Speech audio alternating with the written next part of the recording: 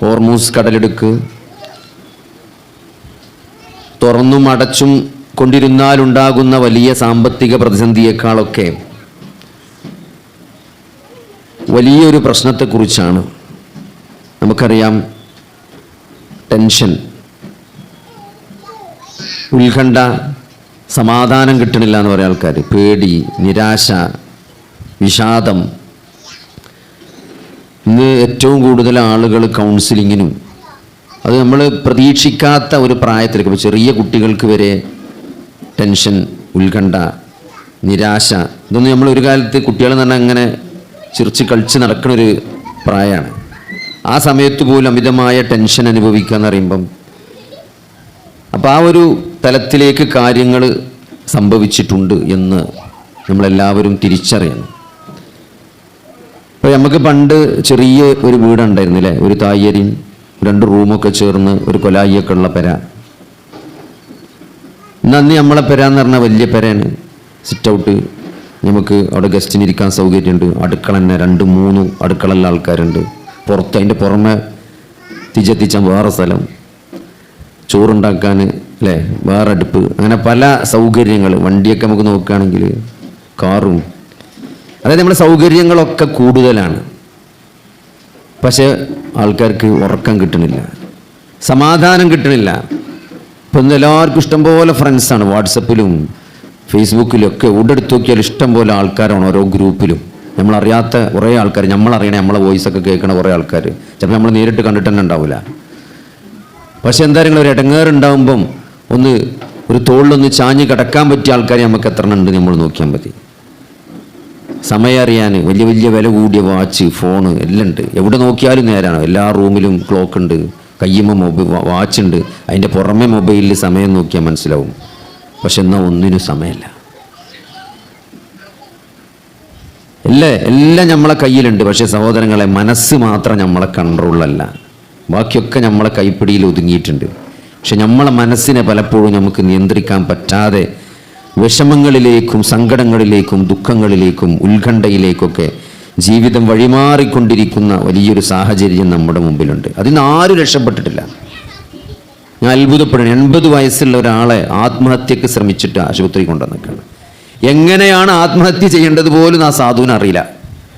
അയാൾ കാലിൻ്റെ വിഷവള്ളിയാണ് മുറിച്ചിക്കണേ. നമ്മൾ ഈ കാലിൻ്റെ മടമ്പിൻ്റെ ബാക്കിലുള്ള വള്ളി ഉണ്ടല്ലോ, അത് മുറിച്ച ഇവിടുന്ന് മരിച്ച, അത് കൊത്തി നുറുക്കി വെച്ചാണ് മൂപ്പരാകെ മരിച്ചാൻ വേണ്ടിയാണ്. 80 വയസ്സുണ്ട്. ഭാര്യ മരിച്ച് കുറച്ച് ദിവസമായി, ആരും നോക്കാനില്ല. അപ്പോൾ മക്കൾക്ക് ഞാനൊരു ഭാരമായി എന്ന് മൂപ്പർക്കൊരു തോന്നൽ. അങ്ങനെ മക്കൾ പറയണേ മക്കൾക്ക് യാതൊരു പ്രശ്നമില്ല എന്നാണ്. അത് കണ്ടപ്പം എന്താ എനിക്കെന്താ തോന്നിയ കാര്യങ്ങൾ? എനിക്ക് തോന്നിയത് എപ്പോഴും ആണുങ്ങളാണ് ആദ്യം മരിച്ചാൽ നല്ലത്, പെണ്ണുങ്ങൾ മരിച്ചാൽ വല്ലാത്ത ഇടങ്ങാറാണ്. നമ്മളെ ബാപ്പ മരിച്ചതാണ് എപ്പോഴും നല്ലത്, ഉമ്മ മരിച്ചതിനേക്കാൾ നല്ലത്. കാരണം ഉമ്മാനെ നമുക്ക് നോക്കാൻ വയ്ക്കും. ഉമ്മ വേറെ കുട്ടികളെ കയറ്റി നടന്നോളും, ഉമ്മക്ക് വലിയ ആവശ്യങ്ങൾ ഉണ്ടാവില്ല. പക്ഷെ ബാപ്പ മരിച്ചാൽ ആ ഉമ്മാനെ നമുക്ക് പിന്നെ ഉണ്ടാക്കി കൊടുക്കാൻ വയ്ക്കൂല. പിന്നെ ആര് ചായ ഉണ്ടാക്കിയാലും എൻ്റെ ഖദീജ ഉണ്ടാക്കിയ ചായ എൻ്റെ മാതിരിയല്ല എന്നാ പറയാം. എന്നാൽ ഖദീജ ചായ ഉണ്ടാക്കിയ കാലത്ത് ഖദീജനോട് പറഞ്ഞിട്ടുണ്ടാവില്ല എൻ്റെ ചായ ഉസാറാണ്. ഖദീജ മരിച്ചപ്പോൾ മരുവോട് കൊണ്ടുവന്ന ചായ നോക്കിയിട്ട് പറയുന്നത് എൻ്റെ ഖദീജാൻ്റെ ചായ ഒരു ചായ എന്ന് പറയും. അതോടെ മരുവോളം മൂടാണ് പോകും. ഞാൻ പറഞ്ഞു വെച്ചാൽ അയാൾ ആത്മഹത്യക്ക് ശ്രമിച്ച എന്തിനറിയാം, പെണ്ണുങ്ങൾ മരിച്ചു. അപ്പോൾ മൂപ്പര് ഭാരമാണ് കുടുംബത്തിന്, മക്കൾക്കൊക്കെ മൂപ്പരെ കൊണ്ട് എല്ലാവരും ഇടങ്ങാറാണ് മൂപ്പർക്കാണ് തോന്നുക. അപ്പോൾ ഞാൻ പറഞ്ഞത് ഇത് ഒരു 80 വയസ്സിലേക്ക് ഒരാൾ മരിക്കാൻ ശ്രമിക്കുക എന്ന് പറയുമ്പോൾ നിങ്ങൾ ആലോചിച്ച് നോക്കി, അത്ര ഈമാൻ നഷ്ടപ്പെടുന്ന ഒരു അവസ്ഥയിൽ അയാൾ എത്തിക്കണമെന്നാണ്. ഞാൻ കുറച്ചും കൂടി കാത്തുനിന്നാൽ മതി അല്ലേ, അതിന് പറ്റണില്ല ആൾക്കാർ. ഞാൻ പറഞ്ഞത് അത്രയും പ്രതിസന്ധികൾ ആളുകൾ അനുഭവിക്കുന്നുണ്ട് എന്നുള്ളതാണ്. നമ്മളിപ്പോൾ പറയും എന്താ വാപ്പാക്ക് എന്താ കുറവ് അല്ലേ, വാപ്പാക്ക് എന്താ കുറവ്, വാപ്പാക്ക് അവിടെ സൗകര്യമുണ്ട്, AC വെച്ച് കൊടുത്തേക്കണ്, എല്ലാ സൗകര്യമുണ്ട് വാപ്പാക്ക്. അവിടെ എന്താണ് ചെറിയ മകൻ്റെ അടുത്താണ് നിൽക്കുന്നത്, ഓനവിടെ ഉണ്ട്, ഓന് പീടിയാണ്, ഓൻ രാവിലെ വരും വൈകുന്നേരം വരും ഒക്കെ ചോദിക്കുന്നുണ്ട്. വാപ്പാക്ക് ഇപ്പം എന്തിൻ്റെ കുറവാണുള്ളത് സഹോദരങ്ങൾ? ഒരു കുറവില്ല. ഭൗതികമായി നമ്മൾ എന്ത് നോക്കിയാലും ഒരു കുറവ് നമുക്കവിടെ കാണാൻ പറ്റില്ല. പക്ഷേ എന്തോ ഒരു കുറവ് അവിടെ ഉണ്ട്, എന്തോ ഒരു സമാധാനക്കേടുണ്ട് അവിടെ. അതാണ് ഇന്ന് ലോകം നേരിടുന്ന ഏറ്റവും വലിയ പ്രശ്നം. അതുകൊണ്ട് എല്ലാവർക്കും പ്രശ്നമാണ്. നിങ്ങൾ കുട്ടികളെടുത്താലുണ്ട് അല്ലേ, കുട്ടികൾക്ക് പരീക്ഷയ്ക്ക് ടെൻഷനാണ്. പണ്ടത്തെ മാതിരിയല്ല ഇപ്പോൾ, പരീക്ഷയ്ക്കൊക്കെ ഭയങ്കര ബേജാറാണ്. പണ്ടൊക്കെ എത്രങ്ങാനും കുട്ടികളാണ് ഓരോ പെരിയിൽ അപ്പുറം ഇപ്പുറം അയലോകത്തൊക്കെ ഉണ്ടായിരുന്നു. ആർക്കും ഒരു ഇടങ്ങേറില്ലേന്ന്, അപ്പുറം ഇപ്പുറമൊക്കെ എല്ലാവരും നോക്കും അല്ലേ. ഞാനൊക്കെ എൻ്റെ സ്കൂൾ റോഡിൻ്റെ അങ്ങേ പൊളിയിലേന്ന്. അപ്പോൾ മഞ്ചേരി അങ്ങാടി കൂടെ, ആ അങ്ങാടിയിലെ വലിയ റോഡ് കൂടിൻ്റെ അപ്പുറത്ത് എൻ്റെ സ്കൂൾ. അപ്പോൾ അതിനെ ബലങ്ങുറിപ്പിച്ചാണ്. നമ്മൾ സ്കൂളിൻ്റെ അപ്പുറത്തൊക്കെ ആകുമ്പോൾ നമ്മൾ ബലങ്ങുറിപ്പിച്ച് തരും. അപ്പോൾ എൻ്റെ ഏറ്റവും വലിയൊരു ആഗ്രഹം ചെറുപ്പത്തിൽ എന്താ വെച്ചാൽ ഒറ്റക്കൊന്ന് ബലങ്ങുറിച്ചണം എന്നാണ്. ഇതിപ്പോൾ എന്നും ഇങ്ങനെ ബലങ്ങുറിപ്പിച്ചാണല്ലോ. അപ്പോൾ ഞാൻ ഒരു ദിവസം എന്ത് ചെയ്തെന്ന് വെച്ചാൽ സ്കൂളിട്ടിട്ട് മൂത്രപ്പരിയിലൊക്കെ പോയി എല്ലാവരും ബലങ്ങുറിച്ചിന് നേരം കഴിഞ്ഞിട്ട് ഞാൻ അങ്ങനെ വന്ന് നേരം വന്ന് ഒറ്റക്ക് ബലങ്ങുറിച്ച് ആലോചിച്ചിട്ട് അങ്ങനെ ഞാൻ ഒറ്റക്ക് അങ്ങോട്ട് ആ വലിയ പാണ്ടിക്കാട് റോഡ് ഒറ്റക്കാണ് ബലങ്ങുറിച്ച്.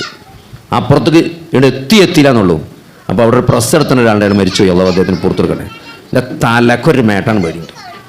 പൊന്നീച്ച പാറി ഇപ്പോഴും ചോർമ്മണ്ട പാറി.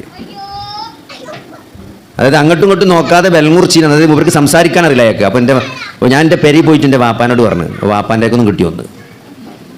ഇനി നമ്മൾ പെരി പോയി പറഞ്ഞാൽ വാപ്പ ചിലപ്പോൾ അവനെ പോയി തല്ലും.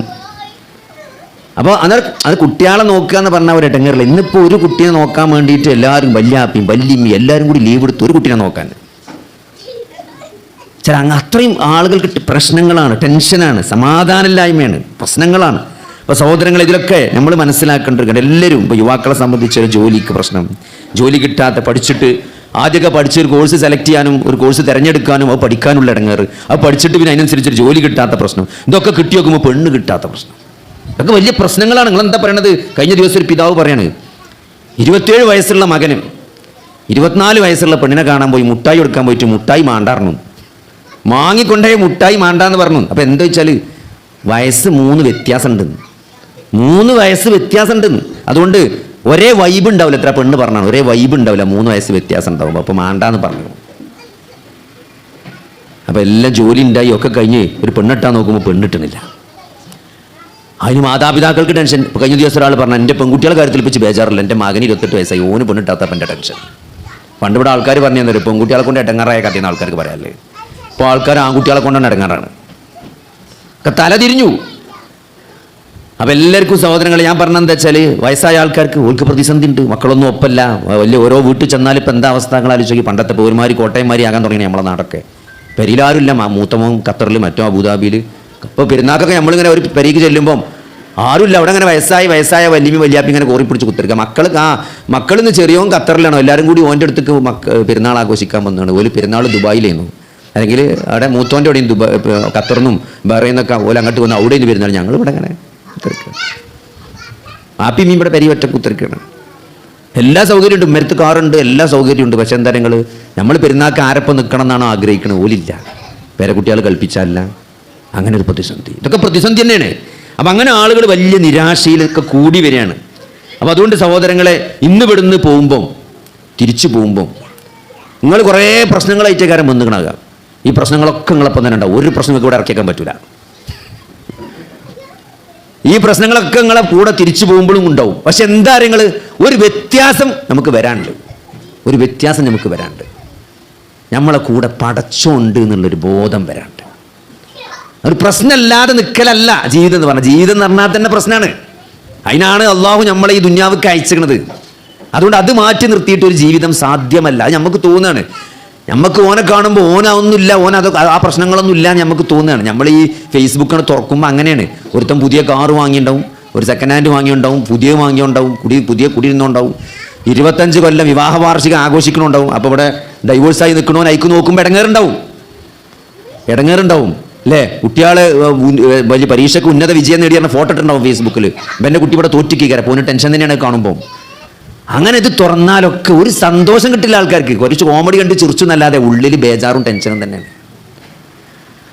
അപ്പോൾ അതുകൊണ്ട് നമ്മൾ മനസ്സിലാക്കേണ്ട എന്താ, നമുക്ക് സമാധാനം കിട്ടണമെങ്കിൽ ഏതൊരു സാധനവും അത് ഉണ്ടാക്കിയത് ആരാണോ ഓനാണത് പറയേണ്ടത്. നമ്മളിപ്പോൾ ഒരു ടയോട്ടൻ്റെ കാറ് വാങ്ങിയാൽ അതിന് ടയോട്ടൊരു മാനുവൽ ഇറക്കിയിട്ടുണ്ടാവും, അതിൻ്റെ സാധനങ്ങൾ എന്തൊക്കെയാണ്, അതിനെങ്ങനെയൊക്കെയാണ് ചെയ്യേണ്ടതെന്നൊക്കെ. അതേപോലെ നമ്മളെ ഈ കഴിവുകളും നമ്മളെ ഈ കോശങ്ങളും നമ്മളെ ഈ അതിബൃഹത്തായ ഈ ശരീരവും മനസ്സുമെല്ലാം സംവിധാനിച്ച പടച്ച അല്ലാഹു സുബ്ഹാനഹു വ തആല എങ്ങനെയാണ് നമുക്ക് സമാധാനം കിട്ടുക എന്ന് കൃത്യമായിട്ട് നമ്മളെ പഠിപ്പിച്ചിട്ടുണ്ട്. നമ്മൾ വിചാരിച്ചെന്താ കുറേ സന്തോഷം ഉണ്ടായാൽ സമാധാനം ഉണ്ടാവും? ഒരിക്കലും ഉണ്ടാവില്ല. കുറേ വിജയങ്ങളും സന്തോഷങ്ങളും ജീവിതത്തിൽ സമാധാനം കൊണ്ടുവരും എന്ന് നിങ്ങൾ വിചാരിക്കുന്നുണ്ടെങ്കിൽ ഇത്രയും കാലം ജീവിച്ചിട്ട് നിങ്ങൾക്ക് മനസ്സിലായിട്ടില്ലേ? സന്തോഷം കുറച്ചേരം ഉണ്ടാവുള്ളൂ. ഒരു വിജയം എന്ന് പറഞ്ഞാൽ അതിൻ്റെ ഒരു പൊലിപ്പ് കുറച്ചേരം ഉണ്ടാവുള്ളൂ. പക്ഷെ സമാധാനം എന്ന് പറഞ്ഞ സാധനം അതിൻ്റെ അപ്പുറത്തുള്ള സാധനമാണ്. അതൊരു വിജയം കൊണ്ടോ അല്ലെങ്കിൽ കുറച്ച് സന്തോഷങ്ങൾ കൊണ്ടോ കൊണ്ടുവരാൻ പറ്റിയൊരു സാധനമല്ല സമാധാനം, മനസ്സിൻ്റെ സമാധാനം എന്നത്. അത് പടച്ചോൻ കൃത്യമായിട്ട് നമ്മളെ പഠിപ്പിച്ചിട്ടുണ്ട്. അലാ ബിദിക്രില്ലാഹി തത്മഇന്നുൽ ഖുലൂബ്. ഹൃദയങ്ങൾക്ക് സമാധാനം കിട്ടണമെങ്കിൽ എന്ത് വേണം? അള്ളാഹുവിൻ്റെ ഓർമ്മകൾ ഉണ്ടായിരിക്കണം. അള്ളാഹുവിനെ പറ്റിയുള്ള സ്മരണയിലൂടെ, ഓർമ്മയിലൂടെ, ദിക്റിലൂടെയാണ് ഹൃദയങ്ങൾക്ക് സമാധാനം ലഭിക്കുന്നത്. അതെന്തൊരു സുബ്ഹാനല്ലാഹ് ചെല്ലൽ മാത്രമല്ല, അൽഹംദുലില്ലാഹ് ചെല്ലൽ മാത്രമല്ല, അള്ളാഹു അക്ബറിന്റെ ദിക്ർ ഉച്ചരിക്കലല്ല, ഖുർആൻ ഓതൽ മാത്രമല്ല, നമസ്കരിക്കൽ മാത്രമല്ല, അള്ളാഹു എന്നൊരു ബോധമുണ്ട് നമുക്കുണ്ടാകണ്ടേ.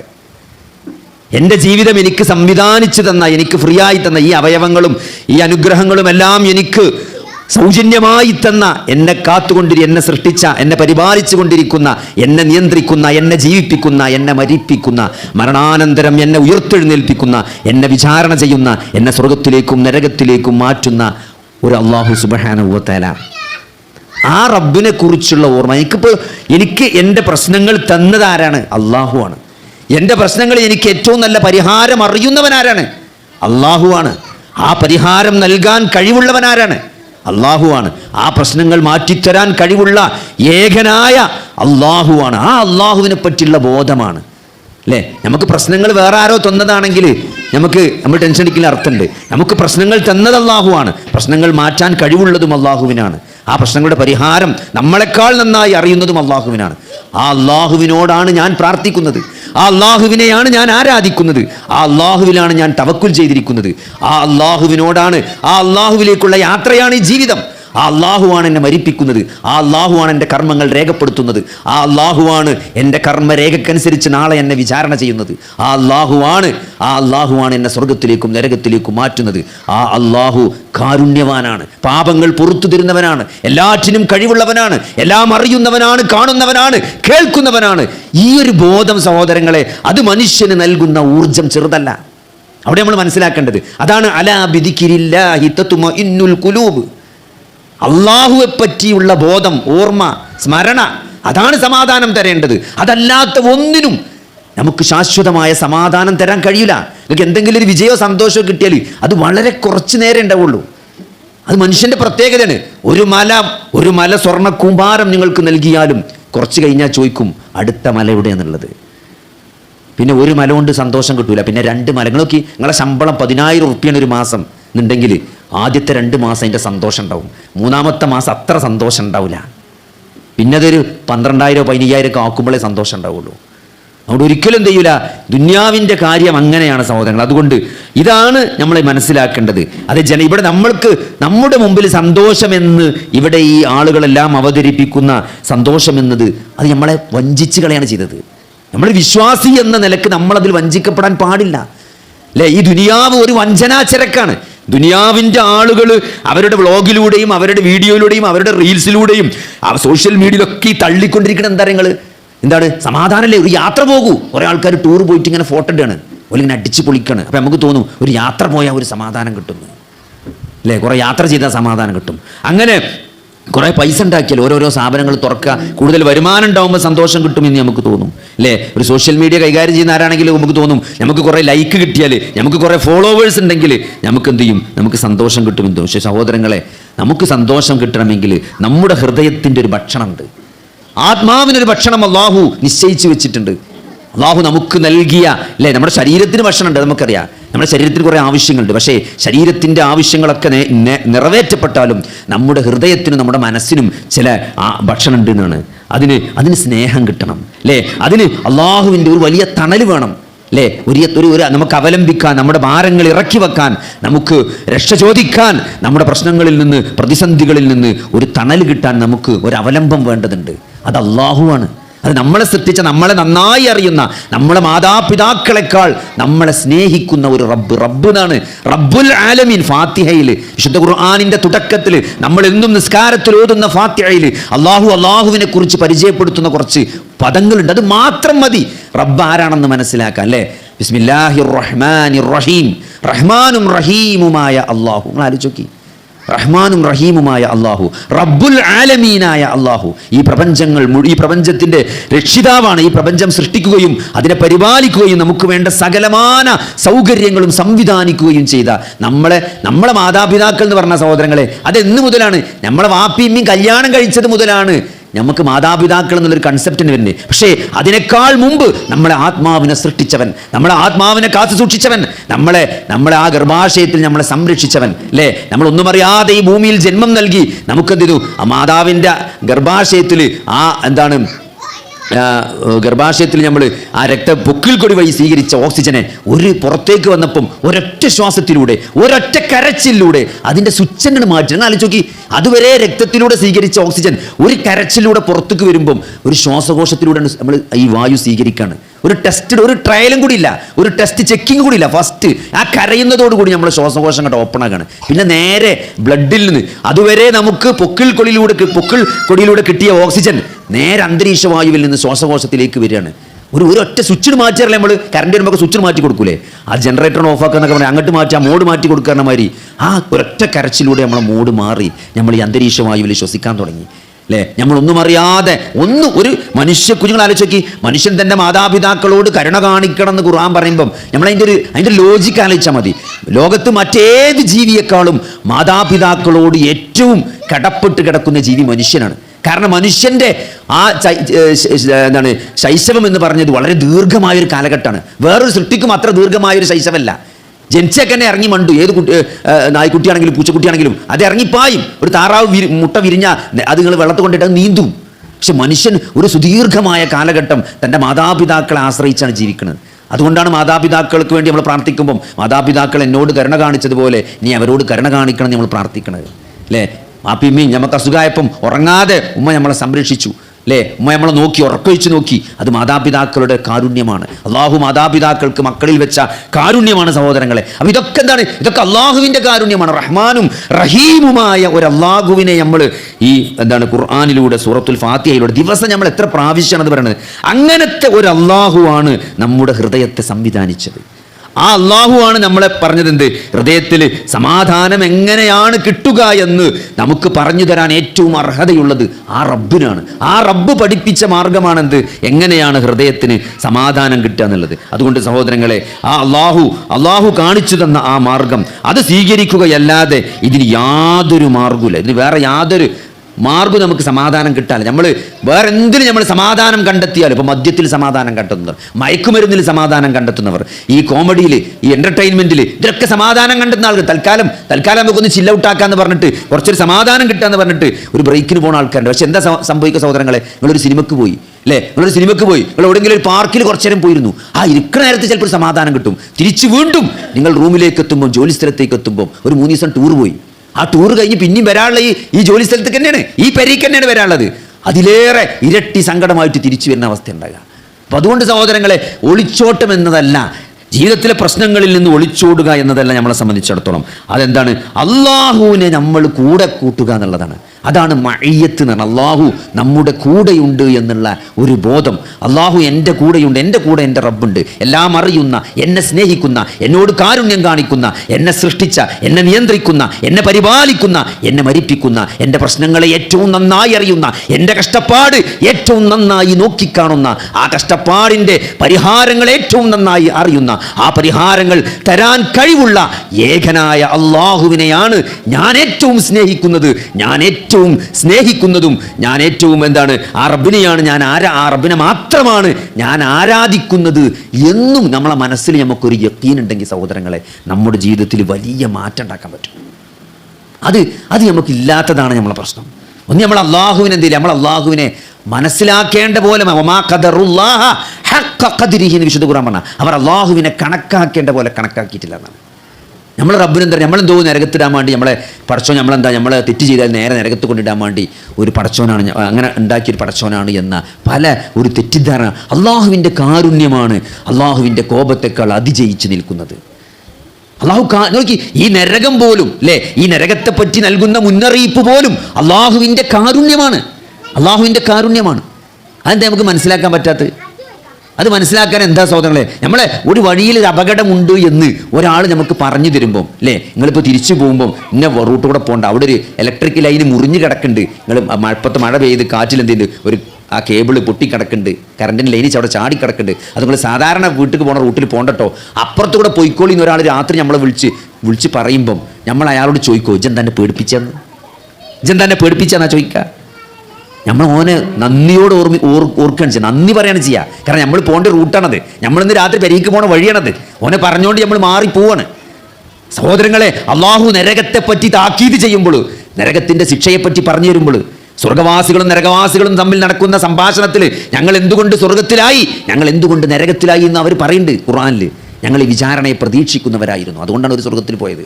ആ വിചാരണ ഞങ്ങൾ പ്രതീക്ഷിച്ചിരുന്നു. അപ്പോൾ ഇതൊക്കെ പറഞ്ഞു തരുന്നത് എന്തിനാണ്? ഇതൊക്കെ അള്ളാഹുവിൻ്റെ കാരുണ്യാണ്. നിനക്ക് പറഞ്ഞു തരികയാണ്, ആ വൈക്ക് പോണ്ടട്ടോ, ഇന്നതൊന്നും ചെയ്യണ്ടട്ടോ, നരകത്ത് പോകട്ടോ, നിങ്ങൾ അങ്ങനെ പോലിട്ടോ, നിങ്ങൾ നരകത്തിൻ്റെ ആളുകളാകലിട്ടോ, നിങ്ങൾ മുനാഫിക്കിൻ്റെ സ്വഭാവം ഉണ്ടാകലിട്ടോ, അല്ലേ, നിങ്ങൾ ഫാസിക്കാകലിട്ടോ, നിങ്ങൾ കാഫിറുകൾ പെട്ടു പോകലിട്ടോ, വലാ തമൂതുന്ന ഇല്ലാ വ അൻതും മുസ്ലിമൂൻ. ആലോചിക്കി, അള്ളാഹുവിൻ്റെ ഒരു ഗുണകാംശത്തിന് നിങ്ങൾ മുസ്ലിങ്ങളായിക്കൊണ്ടല്ലാതെ മരിക്കാൻ ഇടവരരുത് എന്നാണ്. വലാ തമൂതുന്ന ഇല്ലാ വ അൻതും മുസ്ലിമൂൻ. ഇതിനേക്കാൾ എങ്ങനെ ഞാൻ പറഞ്ഞുതരാം നമുക്ക്? എന്തൊക്കെ നിങ്ങളുടെ ജീവിതത്തിൽ സംഭവിച്ചാലും, എന്തൊക്കെ തെറ്റ് പറ്റിയാലും മുസ്ലിങ്ങളായിക്കൊണ്ടല്ലാതെ മരിക്കാൻ ഇടവരരുത് കേട്ടോ എന്ന് പടച്ചോൻ പറയണം. ആ ആയത്ത് അള്ളാൻ്റെ റസൂല് എല്ലാ കുത്തുബകളിലും, പ്രസംഗങ്ങളിലും, നിക്കാഹിൻ്റെ കുത്തുബ, ജുമാ കുത്തുബ, വെള്ളിയാഴ്ചത്തെ കുത്തുബ, പെരുന്നാൾ കുത്തുബ, ഏത് സുപ്രധാന മീറ്റിങ്ങിലും അള്ളാൻ്റെ റസൂല് തുടക്കത്തിൽ ഓതിയ ആയത്താണത്. വലാ തമൂതുന്ന ഇല്ലാ വ അൻതും മുസ്ലിമൂൻ. യാ അയ്യുഹന്നാസു തഖുല്ലാഹ ഹഖ്ക തുഖാതി വലാ തമൂതുന്ന ഇല്ലാ വ അൻതും മുസ്ലിമൂൻ. അപ്പം അങ്ങനെ പറയണത് എന്താണ്? അത് അള്ളാൻ്റെ കാരുണ്യാണ്. നിരന്തരം നമ്മൾ ഒരാളങ്ങനെ ഓർമ്മപ്പെടുത്തുമ്പം അതെന്ത് നമ്മളോടുള്ള ഗുണകാംശല്ലേ. പിന്നെ നമ്മളെ വാപ്പ എപ്പോഴും പറയണം, നോക്കാം, ഈ ശ്രദ്ധിക്കണം കേട്ടോ, ഈ ശ്രദ്ധിക്കണം. നമ്മൾ വണ്ടി എടുക്കുമ്പോഴൊക്കെ പറയും, ഇല്ല ചില വാപ്പാരങ്ങനെയാണ്, വണ്ടി കയറി അപ്പം നമ്മൾ കാറുകൾ ശ്രദ്ധിച്ച് പോകണട്ടോ, ശ്രദ്ധിച്ച് പോകണട്ടോ. ചില വല്യമാർ പറയും കാക്കക്കോക്കി നടക്കണട്ടോ പറയും. മാരിവിനെ നമ്മൾ സ്കരിച്ചാൽ പോകുമ്പോൾ വല്യമ്മ പറയുന്നത് കാക്കക്കോക്കി നടക്കണട്ടോ എന്ന് പറഞ്ഞാൽ പാമ്പ് പിടിച്ചണ്ടാന്ന് അല്ലേ. അതെന്താണ്? ആ ഗുണകാംക്ഷയാണ് നമ്മളോടുള്ളത്, അത് സ്നേഹമാണ്. നമ്മൾ ആരെങ്കിലും പേടുന്ന വല്യമ്മങ്ങൾ പേടിപ്പിച്ചെന്നാ പറയാ അല്ല. അപ്പം അള്ള പറയുമ്പോൾ മാത്രം എന്താണ്? എന്താ പടച്ചോ പേടിപ്പിച്ചു, നിങ്ങളെ പടച്ചോ പേടിപ്പിച്ചാണ് പടച്ചോനാ. അല്ല സഹോദരങ്ങളെ, അങ്ങനത്തെ ഒരു കാരുണ്യവാനായ അള്ളാഹുവിനെ നമുക്കറിയാൻ സാധിക്കണം, മനസ്സിലാക്കാൻ സാധിക്കണം. ആ അള്ളാഹു നമ്മളെ കൂടെ ഉണ്ട്, എല്ലാം നോക്കിയും കണ്ടും അറിഞ്ഞും മനസ്സിലാക്കിയും നമ്മളൊപ്പം ഉണ്ട് എന്നൊരു സമാധാനം ഉണ്ടല്ലോ അല്ലേ. ഇപ്പോൾ നമ്മളൊരാൾ തല്ലാൻ വരുമ്പം, ഇപ്പോൾ നമ്മളെ എന്താണ് മൂത്താപ്പാൻ്റെ കുട്ടി നമ്മളെ പെണ്ടി നല്ല തടി മുടുക്കുള്ളൊരു ചങ്ങായി നമ്മളെ പെണ്ടി അപ്പം നമുക്കൊരു സമാധാനം. ഇപ്പോൾ ആര് തല്ലാൻ ഓനെ ബാക്കൊക്കെ നിന്നാൽ മതി, ആദ്യത്തെ കിട്ടൽ ഓനെ കിട്ടിയാൽ നമുക്ക് പായാനുള്ള ഒരു ഗ്യാപ്പ് കിട്ടും, അതൊരു സമാധാനം തന്നെയല്ലേ. അപ്പൊ എന്തിനും പോകുന്ന ഒരാൾ നമ്മളൊപ്പം ഉണ്ട്, എന്തിനും പോകുന്ന ഒരു പടച്ചോം എൻ്റെ ഒപ്പം ഉണ്ട് എന്ന് പറയുമ്പം അതാണ് സഹോദരങ്ങളെ മൂസാ നബി അലൈഹി ഇസ്ലാം കണ്ടത്. മൂസാ നബിന്റെ അനുയായികളൊക്കെ കണ്ടത് എന്താണ്? മുന്നിൽ ചെങ്കടലും ബാക്കിൽ ഫിറൗനെയാണ് കണ്ടത്. അതുകൊണ്ടാണ് ഓല് പറഞ്ഞത് എന്ത്? ഇന്നാ ലമുദ്റകൂൻ ഖാല അസ്ഹാബു മൂസ ഇന്നാ ലമുദ്റകൂൻ. മൂസ, നമ്മൾ പിടിക്കപ്പെട്ടുട്ടോ എന്ന് മൂസാ നബിന്റെ അനുയായികൾ വിളിച്ചു പറഞ്ഞത് എന്തുകൊണ്ടാണ്? ഓല് കണ്ടത് മുമ്പിൽ ചെങ്കടലും ബാക്കിൽ ഫിറൗനെയാണ്. പക്ഷെ മൂസാ നബി കണ്ടത് അതല്ല, അല്ല, അങ്ങനെയല്ല എന്നാണ്. ഇന്ന മഅയ റബ്ബി, എൻ്റെ കൂടെ എൻ്റെ റബ്ബുണ്ട് എന്ന്. അപ്പൊ മൂസാ നബി കണ്ടത് ചെങ്കടലും ഫിറൗനെ അല്ല, പടച്ചോനെയാണ്. അപ്പൊ അങ്ങനെ എന്തെങ്കിലും നമുക്ക് ഏത് പ്രതിസന്ധിയിലും നമുക്ക് തുറക്കാൻ പറ്റാത്തൊരു വാതിൽ അള്ള നമ്മളെപ്പുണ്ടോ? അള്ള നമ്മളെപ്പുണ്ടോ സഹോദരങ്ങളെ? നമുക്ക് തുറക്കാൻ പറ്റാത്തൊരു വാതിലില്ല, നമുക്ക് രക്ഷപ്പെടാൻ പറ്റാത്തൊരു കുടുക്കില്ല. എൻ്റെ കൂടെ എൻ്റെ റബ്ബുണ്ട് എന്നുള്ളൊരു ബോധം ഒരു വിശ്വാസിക്ക് ഉണ്ട് എന്നുണ്ടെങ്കിൽ ആ അതൊരു യക്കീനാണ്, ഒരു ഉറപ്പാണ്. അത് കിട്ടണമെങ്കിൽ പക്ഷേ എന്തു വേണം? ഒന്നാമത് ആ അള്ളാനെ അറിയേണ്ട പോലെ അറിയണം എന്നുള്ളതാണ്. അതിനാണ് ഈ ഖുർആൻ, അതിനാണ് നബി സല്ലല്ലാഹു അലൈഹി വസല്ലമ 23 വർഷം നമ്മളെ മുമ്പിൽ ജീവിച്ച് കാണിച്ചത്. 23 വർഷം ആ പ്രവാചകൻ നമുക്കിടയിൽ ജീവിച്ചത് അതിനു വേണ്ടിയിട്ടാണ്. ജീവിച്ച് കാണിച്ചത് എന്തിനാണ്? ആ അള്ളാനെ പറ്റി പറഞ്ഞ് മനസ്സിലാക്കി തരാനാണ്. നിങ്ങൾ ആലോചിച്ച് നോക്കി, ഒരു സംവിധാനം ഇല്ലാത്തൊരു കാലത്താണ്, ഒരു വീഡിയോ റെക്കോർഡിംഗ് ഇല്ല, ഒരു വോയിസ് ഇല്ല, വായും ചെവിയല്ലാതെ വേറൊരു സംവിധാനവും ഇല്ലാത്ത, അതായത് നബീനെ അങ്ങനെ കാണുമ്പം അതാ കൺകൊണ്ട് കാണുക, നബിന്റെ ശബ്ദം ആ ചെവി കൊണ്ട് കേൾക്കുക, അതിനപ്പുറത്തേക്ക് ഒരു സംവിധാനവും ഇല്ല കാലമായിരുന്നില്ല. ഒരു ഫോണില്ല, ഒരു റെക്കോർഡിംഗ് ഇല്ല, TV ഇല്ല, ഒന്നുമില്ല. നേരിട്ട് കേൾക്കുക, നേരിട്ട് പറയാം, നേരിട്ട് കാണാം. നബി സല്ലല്ലാഹു അലൈഹി വസല്ലമ ജീവിച്ചൊരു കാലം എന്ന് പറഞ്ഞാൽ നമ്മൾ നോക്കിയാലും മതി. ഒരു സംവിധാനങ്ങളും ഇല്ലാത്തൊരു കാലത്താണ് നബി സ്വല്ലല്ലാഹു അലൈഹി വസല്ലമ ജീവിച്ചത്. ആ സഹാബികൾ നബി സല്ലല്ലാഹു അലൈഹി വസല്ലമയെ നോക്കി കണ്ണിലിങ്ങനെ ഒപ്പിയെടുക്കണം. ആ ഹദീസ് കാണുമ്പോൾ നമുക്ക് മനസ്സിലാവും, ഹദീസിലെ ഓരോ വാക്കുകളും സഹാബത്ത് പറയുമ്പം അള്ളാഹുവിൻ്റെ റസൂൽ ചിരിച്ചു എന്ന് പറയുമ്പം നബിൻ്റെ പല്ല്, ഏതൊക്കെ പല്ലിൻ്റെ എത്ര ഭാഗം കണ്ടു എന്ന് സഹാബികൾ പറയാണ്. അപ്പം ഹദീസ് വായിക്കുമ്പം നമ്മൾ നബിനെ നോക്കി കാണുന്നത് പോലെയാണ് സഹാബത്ത് താബീങ്ങൾക്ക് നബിനെ പറ്റി പറഞ്ഞു കൊടുക്കുന്നത്. 1400 വർഷമായി ആ പ്രവാചകൻ ജീവിച്ചു പോയിട്ട് നിങ്ങൾ ആലോചിച്ച് നോക്കി. ഇന്നും ആ പ്രവാചകൻ നമുക്കിടയിൽ ജീവിക്കുന്നത് പോലെയാണ്. നബിയുടെ പരസ്യ ജീവിതം പരസ്യമാണ്. നബിയുടെ രഹസ്യ ജീവിതം പോലും അദ്ദേഹത്തിൻ്റെ പത്നിമാര് നമ്മുടെ ഉമ്മമാരായ ആയിഷ റളിയല്ലാഹു പോലുള്ള നമ്മുടെ ഉമ്മമാര് നമുക്ക് പറഞ്ഞു തരാൻ. നബി സ്വല്ലല്ലാഹു അലൈഹി വസല്ലം രാത്രി ഇങ്ങനെയായിരുന്നു, രാത്രി ഇങ്ങനെ നിസ്കരിച്ചിരുന്നത്, രാത്രി ഈ സൂറത്താണ് ഓതിയിരുന്നത്, രാത്രി നിസ്കാരം ഇങ്ങനെയായിരുന്നു, രാത്രി നബി ഞാനൊന്നിച്ച് കിടന്നപ്പോൾ നബി ഇങ്ങനെയായിരുന്നു പെരുമാറിയത്. ഇങ്ങനെ നബിയുടെ ഒരു മനുഷ്യന് തൻ്റെ ജീവിതത്തിലേക്ക് ആവശ്യമായ സകല കാര്യങ്ങളും അള്ളാഹുവിൻ്റെ റസൂൽ നമുക്ക് ബാക്കി വെച്ചിട്ടാണ് പോയത്. അത്രത്തോളം 1400 വർഷം ഒരു സംവിധാനം രേഖപ്പെടുത്താൻ ഒരു സംവിധാനവും ഇല്ലാതിരുന്ന ആ കാലഘട്ടത്തിൽ ജീവിച്ച ആ പ്രവാചകന്റെ ജീവിതം ഇന്ന് ഏറ്റവും ലൈവായിട്ട് റെക്കോർഡ് ചെയ്യപ്പെട്ട് കിടക്കുകയാണ് ഹദീസുകളിലൂടെ. അത് 1400 വർഷമായിട്ട് ഒരു തെറ്റുമില്ലാതെ കൃത്യമായ സനദുകളിലൂടെ കൈമാറ്റം ചെയ്ത് നമ്മുടെ മുമ്പിൽ ജീവസുറ്റതായി നിലനിൽക്കുകയാണ്. അതിൽ യാതൊരു കൺഫ്യൂഷനല്ല. ലൈലുഹാ കനഹാരിഹാ എന്നാണ്. അതിൻ്റെ രാത്രി അതിൻ്റെ പകൽ പോലെ വെളിച്ചമുള്ളതാണ്. അതിൽ ഇരുട്ടില്ല, അവ്യക്തതയില്ല. ഇന്നൽ ഹലാല ബയ്യിനുൻ വ ഇന്നൽ ഹറാമ ബയ്യിനുൻ. ഹലാല് വ്യക്തമാണ്, ഹറാമും വ്യക്തമാണ്. ഹലാലും ഹറാമിലൊന്നും ആർക്കും കൺഫ്യൂഷനില്ല. അതിൻ്റെ അടിയിൽ കുറച്ച് സംശയമുള്ളതുണ്ടെങ്കിലും അതിൻ്റെ അസിൽ ആർക്കും സംശയമില്ല സഹോദരങ്ങളെ. അത്രയും വ്യക്തമായി ഈ ദീന് അള്ളാഹുവിൻ്റെ റസൂൽ നമുക്ക് വേണ്ടി ബാക്കി വെച്ചത് എന്തിനാണ്? ഈ ഒരു സമാധാനത്തിൽ നമ്മൾ ജീവിച്ചു പോകാൻ വേണ്ടിയിട്ടാണ്. ഈ ദീന് കൈക്കൊണ്ടവനെ സഹോദരങ്ങളെ, വമൻ അഅറളു അൻ ദിക്രി, എൻ്റെ ഓർമ്മയിൽ നിന്ന് ആരാണ് സഹോദരങ്ങളെ അകന്നുപോയത്, ഫഇന്ന ലഹു മഈശതൻ ലങ്ക എന്നാണ്. അവന് ഞെരുക്കമുള്ള ഒരു ജീവിതമായിരിക്കും അള്ളാഹു ബാക്കി വെക്കുക എന്നാണ്.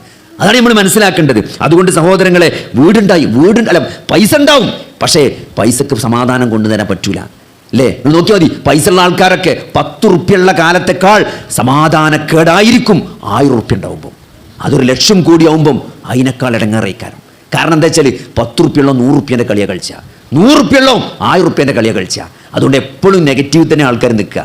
ഒരു സമാധാനം ഉണ്ടാവില്ല. നമ്മൾ വിചാരിച്ച് കുറച്ചുകൂടി പൈസ കിട്ടിയാൽ സമാധാനം ഉണ്ടാവും. അപ്പോൾ അവന് വേറെ ഇൻവെസ്റ്റ്മെൻറ്റും വേറെ പരിപാടിക്കാരും. ഒരു പീടിയ കച്ചവടം ജയിച്ചാൽ ഓൻ അടുത്ത പീടിയ തുറക്കും. 2 പീടിയും 3 പീടിയും കച്ചവടം ആയാൽ പിന്നെന്ത് ചെയ്യും? പിന്നെ UAE ഓപ്പൺ ആക്കും. അതോടുകൂടി ഉള്ള സമാധാനം പോകും. പിന്നെ അവിടെ കുറേ റിയാലും ദിർഹംസൊക്കെ കൊണ്ടുപോയിട്ട് പിന്നെ അവസാനം പറയും അവിടെ പറ്റിച്ചു, അവിടെ പോയി നോക്കാൻ പറ്റില്ല, പാർട്ണർ മുങ്ങി, പിന്നെ പറ്റ സാധു ഇതന്നെ ഇവിടെ തുടങ്ങിയ അടുത്ത കണ്ടിഗതിയിലേക്ക് എത്തും. അങ്ങനെ ആരും സഹോദരങ്ങളെ പൈസ കുറേ കിട്ടിയടിച്ചുകൊണ്ട് ആർക്കും സമാധാനം ഉണ്ടാവും നിങ്ങൾ ആരും വിചാരിക്കണ്ട.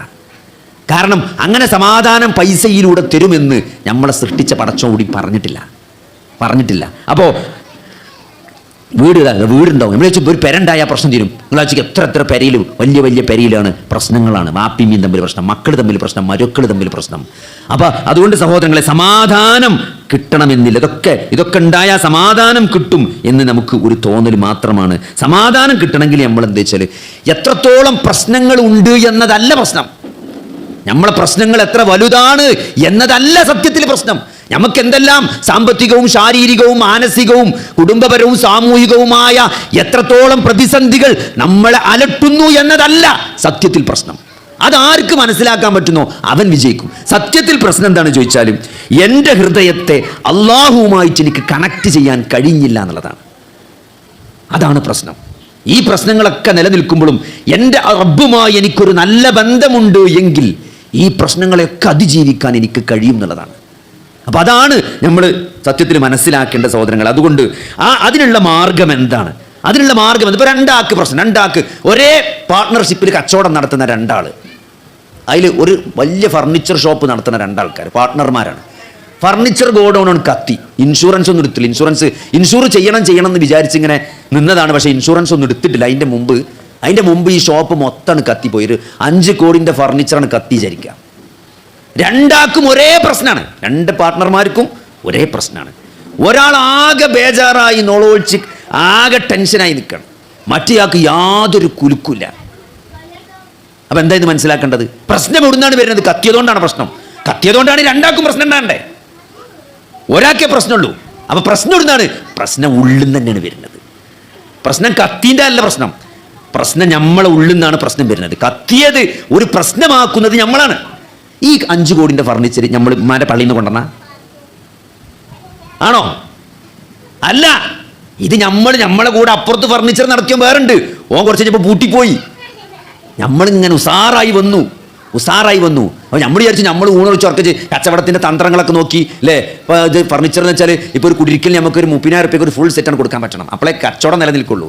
നമ്മൾ 1,00,000 റുപ്യയുടെ കസാല ഉണ്ടാക്കിയാൽ കച്ചവടം വിജയിക്കൂല. കച്ചവടം മാർക്കറ്റ് പിടിക്കാൻ പറ്റണം. ഒരു കുടിരിക്കലിന് ഒരാൾക്ക് 35,000 റുപ്യക്ക് എല്ലാം കൂടി നിങ്ങൾക്ക് കൊടുക്കാൻ പറ്റണം. ഒരു 2 കട്ടിലും ഒരു അൽമാറയും ഒരു സോഫ സെറ്റ് നിങ്ങൾക്ക് 36,000 റുപ്യ കൊടുക്കാൻ പറ്റിയാൽ നിങ്ങളെ ഫർണിച്ചർ ഷോപ്പിൽ ആൾ വരും. അതിനുള്ള ബുദ്ധിയും യുക്തി നമുക്ക് തന്നതാരാ? പടച്ചോനാണ്. അതുകൊണ്ട് പടച്ചോൻ ബർക്കത്തെടുത്തുനിന്ന് നല്ലൊരു വകുപ്പിൽ പിന്നെ പടച്ചോനാവുന്ന എടുത്തുവെച്ചു. ഇനി കുറച്ചു നേരം ഒന്ന് ഇടങ്ങാറാകുന്നു പറഞ്ഞു, അത്രേ ഉള്ളൂ. അപ്പോൾ സഹോദരങ്ങളെ, ഇവിടെ ഒരാൾക്ക് ഒരു പാർട്ട്ണർക്ക് സമാധാനമുണ്ട്, ഒരു പാർട്ട്ണർക്ക് സമാധാനമല്ല. അപ്പോൾ അതിൻ്റെ അർത്ഥം എന്താണ്? അതിൻ്റെ അർത്ഥം ഇവിടെ കത്തിയതല്ല ഇവിടെ പ്രശ്നം. ഇവിടെ പ്രശ്നം നമ്മളെ ഉള്ളിൽ നിന്നാണ് വരികയാണ്. എൻ്റെ ജീവിതം കഴിഞ്ഞു, എൻ്റെ കഥ കഴിഞ്ഞു, എൻ്റെ ബിസിനസ് ഇതോടുകൂടി അവസാനിച്ചു, എൻ്റെ ഏശാൻ കൊടുത്തു എന്നോ പറയാണ് ഒരുത്തം പറയാണ്. മറ്റൊന്നില്ല, ഇത് പുതിയ തുടക്കമാണെന്ന് പറഞ്ഞ് ഏതായാലും ഗോഡൗൺ ഒന്ന് മാറ്റണം എന്ന് വിചാരിച്ചു ഞാൻ. അപ്പോൾ കത്തിപ്പോയി, ഇനി ഏതായാലും പുതിയൊരു തുടക്കമാകട്ടെ എന്ന് മാറ്റം പറയാം. ഒന്ന് ഓനും ടെൻഷനല്ലേ? ഓനും ടെൻഷനില്ല. അപ്പോൾ അവിടെയാണ് അതെന്തുകൊണ്ടാണ് സഹോദരങ്ങളെ? ഒന്നെന്താ നിങ്ങൾ ഇന്നാ ലില്ലാഹി വ ഇന്നാ ഇലൈഹി റാജിഊൻ. അതാണ് ഒരു വിശ്വാസിയുടെ അസിൽ. ഒരു വിശ്വാസിയുടെ അസിൽ എന്താ നിങ്ങൾ? നമ്മൾ വരുന്നത് പടച്ചോൻ്റെ അടുത്ത് നിന്നാണ്, നമ്മൾ പോണതും പടച്ചോൻ്റെ അടുത്തേക്കാണ്. വരുന്നതും അവിടുന്നാണ്, പോണതും അങ്ങോട്ടാണ്. ഒന്നിങ്ങനെ ഇറങ്ങി ഇങ്ങനെ പോകുക, അത്രേ ഉള്ളൂ. നമ്മൾ അങ്ങോട്ട് പോകുമ്പോൾ ഇത് എങ്ങനെ ഞാനില്ല, പണ്ടത്തെ നമുക്ക് സ്വന്തമായിട്ട് വജ്ജുണ്ടാവില്ല. അലോകക്കാരൻ്റെ മുറ്റത്തൂടെ നമ്മൾ ചിലപ്പോൾ പലപ്പോഴും നമ്മൾ ബേരലിനെ കുറിച്ച് എങ്ങനെ പോകുക നമ്മൾ പള്ളിക്കൊക്കെ. ഇപ്പോഴാണ് എല്ലാവർക്കും സ്വന്തമായിട്ട് വജ്ജക്കായത്. പണ്ടൊന്നും വജ്ജൊന്നും ഇല്ലേന്നു. അപ്പം എന്താണ് അതങ്ങനെ ഒരു പോക്കാണ്, ആ ഒരു പോക്കാണ് ദുന്യാവ്. ഏത് അലോകക്കാരൻ്റെ മുറ്റം ക്രോസ് ചെയ്ത് നിങ്ങൾ പോണ പോക്കില്ലേ, അത്ര ഉള്ളൂ ദുന്യാവ് എന്ന് പറഞ്ഞാൽ. അത് ഇവിടെ നിന്ന് ഇറങ്ങി അവിടെ എത്തും. നമ്മൾ പടച്ചോൻ്റെ അടുത്താണ് വരുന്നത്, പടച്ചോൻ്റെ അടുത്തേക്കാണ് പോകുന്നത്. അതാണ് ഒരു മുസീബത്ത് വരുമ്പം, ഒരു മുസീബത്ത് വരുമ്പോൾ ഒരു വിശ്വാസി അതാണ് പറയാ ഇന്നാ ലില്ലാഹി വ ഇന്നാ ഇലൈഹി റാജിഊൻ. അല്ല, ആക്സിഡൻ്റ് ആയി കയ്യാണ് പോയി, കാലട് പോയി, ഇന്നാ ലില്ലാഹി വ ഇന്നാ ഇലൈഹി റാജിഊൻ. കഴിച്ചല്ലേ പോയിട്ടുള്ളൂ, നമ്മളെന്നെ പടച്ചോൻ്റെ അടുത്തേക്ക് പോകാനുള്ള. ഇത് ഇന്നലെ നാളെ പോവും. എന്താ ഒരു സങ്കടപ്പെടാനുള്ളത്? നമ്മളിപ്പോൾ ഇന്നൊരാൾ മരിച്ചു സഹോദരങ്ങളെ, ഒരാളിന്ന് മരിച്ചാൽ നമ്മളിവിടെ കാലാകാലം ബാക്കിയാവുന്നുണ്ടെങ്കിൽ അതിൽ സന്തോഷിക്കാൻ വകുപ്പുണ്ട്. നമ്മൾ നാളെ പോവും അല്ലേ? നമ്മൾ ഒരു 10-20 ആൾക്കാർ ഒരു ടൂർ പോയിട്ട് നമ്മൾ ഒരു സ്ഥലത്തെത്തി, നമ്മൾ ബസ്സിൽ 10-50 ആൾക്കാർ വന്ന്, ഇനി ഇവിടുന്ന് അങ്ങോട്ട് ബസ് പോകില്ല. ഇനി പറയണം ഇവിടുന്ന് അങ്ങോട്ട് എന്ത് ചെയ്യില്ല, ഇവിടുന്ന് അങ്ങോട്ട് ഇനി ബസ് പോകില്ല. ഇനി ഇവിടുന്ന് ഇങ്ങനെ 8 ആൾക്കാർ പോണ കൊട്ട ജീപ്പിൽ ഇങ്ങനെ കൊണ്ടാക്കണേ. ഈ 50 ആൾക്കാർ ബസ്സിൽ വന്ന് ഇറങ്ങിയ 45 ആൾക്കാരെ 8 ആൾക്കാരായിട്ട് ഇങ്ങനെ കൊട്ട ജീപ്പിൽ കൊണ്ടുപോവുകയാണ്. അപ്പോൾ ആദ്യത്തെ ട്രിപ്പിൽ ഒരുത്തം ഇങ്ങനെ പോവുകയാണ്. ഓനെ പറ്റി നമുക്ക് തോന്നുമോ എന്തൊരു ഭാഗ്യവാനാണ് ആദ്യത്തെ ജീപ്പ് പോണവനെ പറ്റി. നമ്മളിപ്പോൾ അടുത്ത ജീപ്പിലാണ് പോകണല്ലേ. അതുകൊണ്ട് സഹോദരങ്ങളെ, ഒരാൾ ഇന്നാണ് മരിച്ചു വിചാരിച്ച് നമ്മൾ സന്തോഷിച്ചിട്ട് യാതൊരു കാര്യമില്ല. അടുത്ത കൊട്ട ജീപ്പി നമുക്ക് റെഡി ആയിക്കുന്നുണ്ട്, ഡ്രൈവർ ഇപ്പോൾ വരും. നേരെ മറിച്ച് നമ്മളിവിടെ ഇങ്ങനെ നിൽക്കുന്നുണ്ടെങ്കിൽ ഓക്കെ, നമ്മളൊരു 10-100 കൊല്ലൊക്കെ ഇവിടെ അങ്ങനെ ഓൻ പോയാലും നമ്മൾ 100 കൊല്ലം ഇവിടെ നിൽക്കും. ഇല്ല സഹോദരങ്ങളെ, ഓൻ്റെ ജീപ്പ് പോയി നമ്മളെ ജീപ്പിന് ഡ്രൈവർ എത്തിയിട്ടില്ല, അല്ലെങ്കിൽ ഒരു സിഗരറ്റ് വലിച്ചിക്കണം, അങ്ങനെ അത് തീർന്ന ആ വീടിക്കുറ്റിട്ട് ചവിട്ടിയ ഓൻ വണ്ടി കയറും. അത്ര നേരമുള്ളൂ നമുക്ക് ആ ജീപ്പ് കയറാൻ. അപ്പം അതുകൊണ്ട് ഇതിലൊന്നും ഒരാൾ മരിച്ചു വിചാരിച്ചിട്ട് ഓന് ഭയങ്കര നഷ്ടമാണെന്നും നമുക്ക് ഭയങ്കര ലാഭമാണെന്നൊന്നും വിചാരിച്ചണ്ട. ഒരു കാര്യമില്ല. ഇത് നമ്മൾ മനസ്സിലാക്കിയില്ല. ഇതാണ് ഇതിന് അടിസ്ഥാന പ്രശ്നം. ഇതാണ് ഇന്നാ ലില്ലാഹി വ ഇന്നാ ഇലൈഹി റാജിഊൻ. നമ്മൾ വരുന്ന അവിടുന്നാണ്, പോണ അവിടുന്നാണ്. ഇതിങ്ങനെ അടിയിൽ കൂടെ ചെറിയൊരു നടത്തം മാത്രമേ ഉള്ളൂ. അതിൽ ചിലപ്പോൾ പലതും കിട്ടും, ചിലപ്പോൾ ഒന്നും കിട്ടൂല. അത് കിട്ടിയാൽ ഭയങ്കരമായിട്ട് സന്ദോഷിക്കും വേണ്ട. കാരണം ഇതൊന്നും ആരും കൊണ്ടുപോരാ, ഒരു സാധനം ആരും കൊണ്ടുപോരാ. ഇതൊക്കെ ഇവിടെ മക്കൾക്കും അനന്തരാവകാശികൾക്കും ബാക്കിയാക്കിയാണ്ട് അങ്ങനെ പോണ്ടി വരും ഇവിടുന്ന്. എത്ര അല്ലേ ഒരു ഇതിൽ ഒരു കോമഡിയിൽ പറയേണ്ടിയിരുന്നു, രണ്ട് കുട്ടികളെ ഇങ്ങനെ AC ഒക്കെ ഇട്ട് പുതപ്പൊക്കെ ഇട്ടേക്കാം. ഏത് കുട്ടികൾ കളിച്ചാണ് ഓലെ പെരയിൽ AC ഉണ്ട്. അപ്പോൾ 2 കുട്ടികൾ പുതപ്പിട്ട് കമ്പിളിയൊക്കെ ഇട്ട് AC ഇട്ട് കണ്ട് ഗെയിം കളിച്ച. അപ്പോൾ കളിൻ്റെ അടി ഒരുത്തോ മറ്റനോട് പറയണേ നമ്മളെ വല്യാപ്പൊരു പടു ചെയ്യുന്നില്ലെന്ന്. അപ്പോൾ എന്ത് ചോദിച്ചു? അല്ല മൂപ്പര് ഇതൊക്കെ ഉണ്ടാക്കിയിട്ടുണ്ടല്ലോ നമ്മളിപ്പോൾ അങ്ങനെ ഇന്ന് കളിച്ചത്. അപ്പോൾ സഹോദരങ്ങളെ, നമ്മളെ പേരക്കുട്ടികൾ നമ്മളെ പറ്റി അങ്ങനെ പറയും, നമ്മളെ വല്യാപ്പൊരു പടു ചെയ്യുന്നു. കാരണം അയാളിത് മുഴുവൻ ഒരു ആസ്വദിക്കാതെ ഇതൊക്കെ ഉണ്ടാക്കിയിട്ട് ഒരു കുപ്പായം മോരി മര്യാദക്ക് ഇടൂല, ഒരു തേങ്ങ അരച്ച കറിയും കൂടി മര്യാദക്ക് കൂട്ടിണ്ടാവില്ല, പിശുക്കിയിട്ട്. എന്നിട്ട് അയാളിത് കൊണ്ടയോ, അയാളെ കബറിലേക്ക് AC ആക്കിയണോ?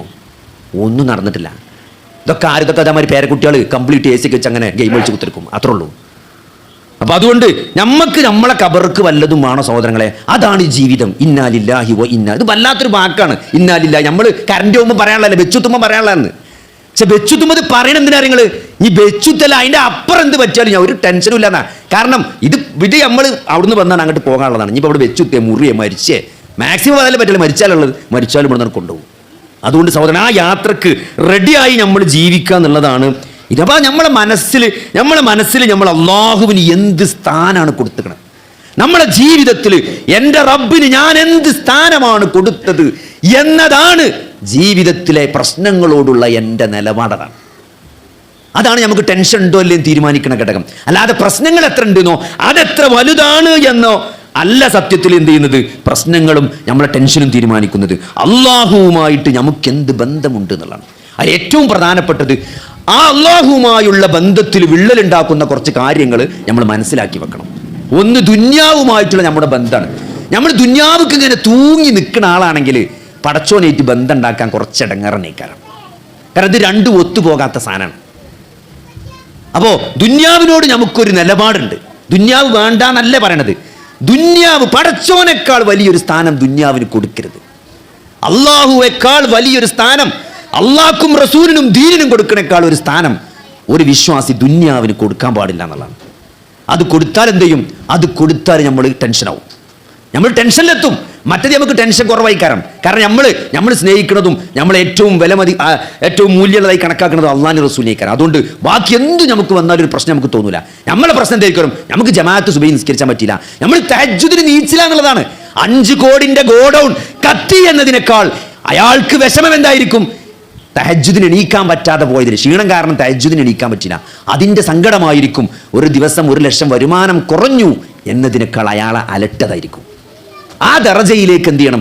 ആ ദറജയിലേക്ക് ഒരാൾക്ക് ഉയരാൻ പറ്റണമെങ്കിൽ അയാൾ ആ ജീവിതത്തിൽ അള്ളാഹുവിനും റസൂലിനും ദീനും കൊടുക്കുന്ന സ്ഥാനം എന്താണ് എന്നതിനനുസരിച്ചായിരിക്കും സഹോദരങ്ങളെ. രണ്ടാമത്തത് എന്താണ്? രണ്ടാമത്തത് അള്ളാഹുവിലുള്ള അചഞ്ചലമായ വിശ്വാസവും യഖീനുമാണ്. അത് കുറഞ്ഞാൽ എന്ത് ചെയ്യൂല? അത് കുറഞ്ഞാൽ ഈ ഒരു സമാധാനം കിട്ടൂല. അത് നല്ല വേണം അല്ലേ?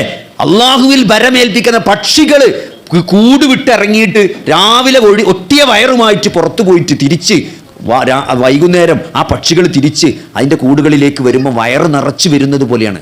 അള്ളാഹുവിൽ ശരിയായി ഭരമേൽപ്പിച്ച ഒരാൾക്ക്, യഥാർത്ഥമായി ഭരമേൽപ്പിച്ച ഒരാൾക്ക് പക്ഷികൾക്ക് റിസ്ക് നൽകുന്നത് പോലെ അള്ളാഹു നൽകുന്നതാണ്. ഒരു പക്ഷിക്ക് അറിയില്ലല്ലോ ഇന്നത്തെ ഭക്ഷണം ഇവിടെ നിന്ന് ഇറങ്ങുമ്പം. അത്രയും എന്ത് ചെയ്യും? ഒരാളുടെ കാര്യം അള്ളാഹു നോക്കുമെന്നതാണ്. അതിന് എന്ത് വേണം? നമ്മളവിടുന്ന് കൂട് വിട്ട് ഇറങ്ങണം. നമ്മൾ പെരയെ കുത്തിരുന്ന പടച്ചം കൊണ്ടുവന്നിരില്ല. നമ്മൾ ചെയ്യേണ്ട പണി നമ്മൾ എടുക്കണം അല്ലേ? എന്താണ്? ആ വെള്ളത്തിൽ അടിക്കാൻ മൂസാ അലൈഹി സ്വലാമിനോട് ആ ചെങ്കടലിൽ അടിക്കാൻ വേണ്ടി പറയുന്നുണ്ട്. എന്താ ഇപ്പൊ പടച്ചോന് മൂസാ നബി അനുയായികളെ ആകാശത്തിലൂടെ പറത്തിക്കാണ്ട് അപ്പുറത്തേക്ക് കൊണ്ടുപോകാൻ പറ്റൂലേ? എന്തിനാ ഇപ്പം വടികൊണ്ട് അടിച്ച് അതികൂടെ നടത്തിയത് കൊണ്ടായത് അല്ലേ? എന്തിനാ ഇപ്പൊ അള്ളാന്റെ റസൂലിനെ ഇസ്രാഉം മിഅ്റാജും നടത്തിയ അള്ളാഹ്ക്ക് എന്താ ഇപ്പൊ മദീനത്തേക്കാണ് ആകാശത്തോടെ കൊണ്ടുപോകാൻ പറ്റാഞ്ഞ്? ഇത്ര സൗർ ഗുഹയിൽ കൂടെ കൊണ്ട് ഒളിച്ചെന്ന് അവിടെ എടങ്ങാറായി അല്ലേ? നിങ്ങൾ ആലോചിച്ച് കൊല്ലുന്ന് പറഞ്ഞ ആൾക്കാർ പിന്നാലെ നടക്കുമ്പോൾ ഒളിച്ചിക്കുക.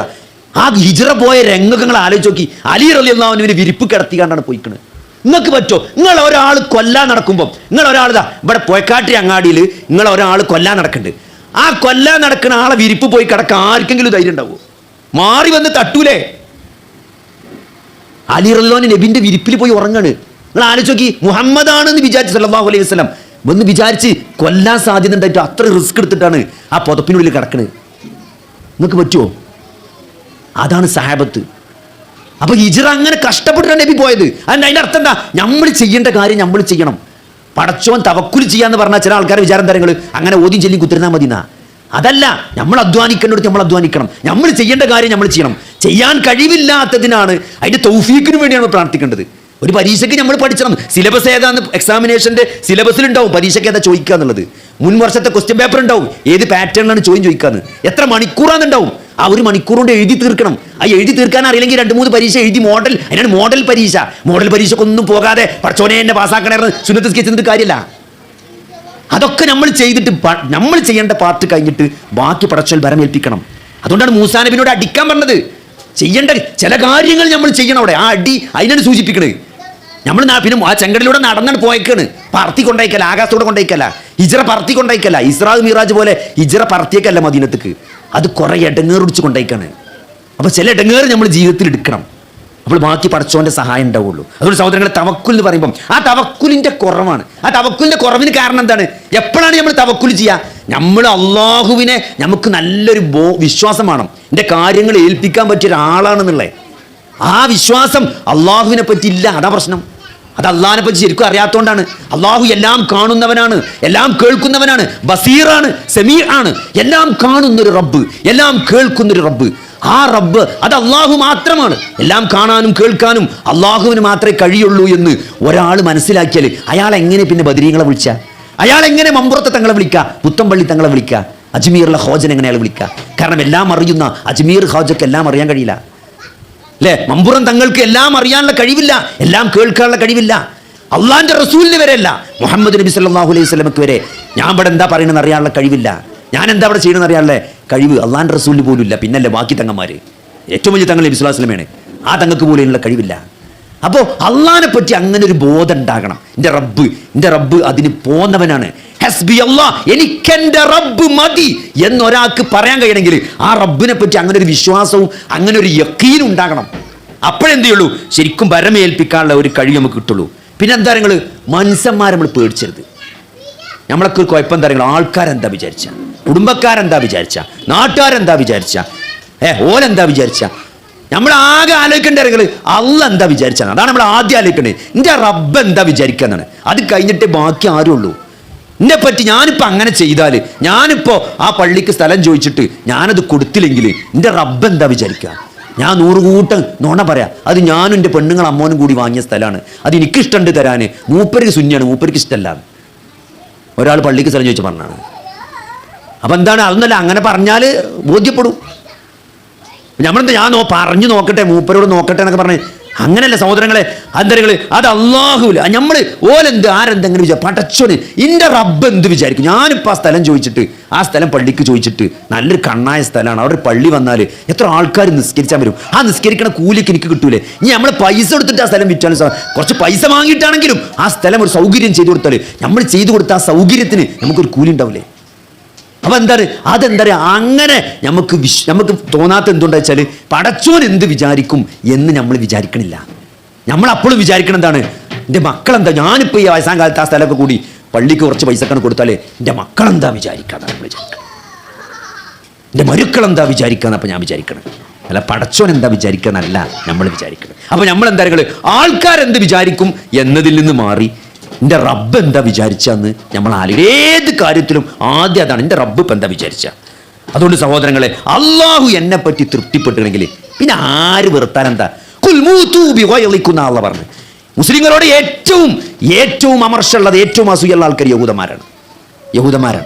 മുസ്ലിങ്ങൾ നശിച്ചിരുന്നെങ്കിൽ, മുസ്ലിങ്ങൾ കഷ്ടപ്പെടണമെന്ന് കാണണമെന്ന് ആഗ്രഹിക്കുന്നവരാണ് യഹൂദന്മാർ. നബി സല്ലല്ലാഹു അലൈഹി വസല്ലമയെ കൊല്ലാൻ നോക്കിയ ആൾക്കാരാണ് യഹൂദന്മാർ. പ്രവാചകന്മാരെ വീർച്ചവാളുകൊണ്ട് മുറിച്ച് കൊന്നവരാണ്. സക്കരിയ നബിയെ കൊന്നവർ, യഹ്യാ നബിയെ കൊന്നവരാണ് യഹൂദന്മാർ. പ്രവാചകന്മാർ ഈർച്ചവാൾ കൊണ്ട് മുറിച്ച് രണ്ടാക്കിയവരാണ് യഹൂദന്മാർ, ബനു ഇസ്രായേൽ. നബി സല്ലല്ലാഹു അലൈഹി വസല്ലമയെ വിഷം കൊടുത്ത് കൊല്ലാൻ ശ്രമിച്ചവരാണ്. നബിനെ ചർച്ചയ്ക്ക് വിളിച്ചിട്ട് നബിന്റെ തലയ്ക്ക് വലിയ കല്ല് കെട്ടി കാണാതെ കല്ലുകൊണ്ട് ഇടാനുള്ള പ്ലാൻ ചെയ്തവരാണ് യഹൂദന്മാർ. ഓരോട് അള്ളാഹ് പറഞ്ഞത് കുൽ മൂതൂബി വയളിക്കും, പോയി ചത്തോളിയടാന്നാ പറഞ്ഞത്. പോയി ചത്തോളിയടാന്നാ പറഞ്ഞത്. അല്ലെ മൂത്ത് പറഞ്ഞ മരിച്ചോളിയും നമ്മളല്ലേ പോയി ചത്തളറിയില്ലേ. അതന്നെ. അതുകൊണ്ട് സഹോദരങ്ങളെ, അള്ളാന്റെ തൃപ്തി ഉണ്ടെങ്കിൽ പിന്നെ എന്താരെ പേടിച്ചാല് പോയി ചത്തോളിയിടാന്നാണ് ബാക്കിയുള്ള നിലപാട്. അള്ളാന്റെ തൃപ്തി നമുക്ക് കിട്ടിയിട്ടില്ലെങ്കിൽ സഹോദരങ്ങളെ, പിന്നെ ആരെ തൃപ്തി കിട്ടിയിലും അത് കൂട്ടിയാൽ കൂടൂല സഹോദരങ്ങളെ. ആ വിടവ്, ആ ഗ്യാപ്പ് പിന്നെ കൂട്ടിയാൽ കൂടൂല. ആര് നമ്മളെ പറ്റി പഞ്ചായത്ത് പ്രസിഡന്റ്, MLA, MP, പ്രധാനമന്ത്രിയല്ല, ഇനി ഇവിടെ അമേരിക്കൻ പ്രസിഡന്റ് നമ്മളെ പറ്റി സന്തോഷവാനാണെന്ന് പറഞ്ഞാലും അള്ളാഹ് നമ്മളെ പറ്റി സന്തോഷവാനല്ലെങ്കിൽ അതോടുകൂടി കഴിഞ്ഞു. പിന്നെന്താ നിങ്ങൾ അടുത്ത് താരതമ്യാണ്. നമ്മൾ ഈ സോഷ്യൽ മീഡിയ തുറന്നാൽ പിന്നെ അതാണ്. ഞാൻ പറഞ്ഞേ, ഒരുത്തൻ പുതിയ വണ്ടി എടുത്തു, ഒരുത്തൻ പഴയ വണ്ടി എടുത്തു, ഒരുത്തൻ എങ്ങോട്ടോ ശ്രീലങ്കയ്ക്ക് പോയി ഇങ്ങനെ നടക്കണ്ടായിക്കൂടെ അങ്ങനെ ഫോട്ടോ എടുക്കണം, മറ്റോ വിയറ്റ്നാമിൽ പോയി കണ്ട് അവിടെ കടലിൽ കൂത്തമറിയുന്ന ഫോട്ടോ, കടലിൻ്റെ അടിയിൽ മീനിനെ കാണുന്ന ഫോട്ടോ എടുക്കണം. ഇവിടെ ഊട്ടിക്ക് വരെ പോകാൻ വായിലട കുത്തിരിക്കുക. സാമ്പത്തിക പ്രയാസങ്ങളും ശാരീരിക പ്രയാസങ്ങളും വൈകല്യങ്ങളും രോഗങ്ങളും പ്രതിസന്ധി, എന്തെങ്കിലും സമാധാനം കിട്ടാനാണ് ഫേസ്ബുക്ക് തുറക്കണത്. അപ്പോൾ നോക്കുമ്പോൾ ഓൻ വിയറ്റ്നാമിൽ കടലിൻ്റെ അടിയിൽ പോയിക്കണ് കാണുന്നതാണ്. ഇവിടെ ഡൈവേഴ്സായി ഇങ്ങനെ അന്തല്ലാതെ കുത്തിരിക്കുമ്പോഴാണ് ഓൻ്റെ 25ാമത്തെ ആനിവേഴ്സറി കാണുന്നത്. അപ്പോൾ വലിയ സമാധാനമൊന്നും കിട്ടൂല. കിട്ടാതെ നമ്മൾ മനുഷ്യന്മാരാണ്, കിട്ടൂല. അത് മനുഷ്യൻ്റെ സ്വഭാവമാണ് സഹോദരങ്ങളെ. അപ്പം സമാധാനം കിട്ടണമെങ്കിൽ എന്ത് വേണമെന്ന് പറയുന്നത് അള്ളാന്റെ റസൂൽ പറഞ്ഞാണ്. ദുന്യാവിന് നമ്മളെക്കാൾ താഴെയുള്ളവരിലേക്കാണ് നോക്കേണ്ടത്. നമ്മൾ കുറച്ച് കാലെങ്കിലും പെണ്ണ് കെട്ടിയാൽ ജീവിച്ചല്ലോ.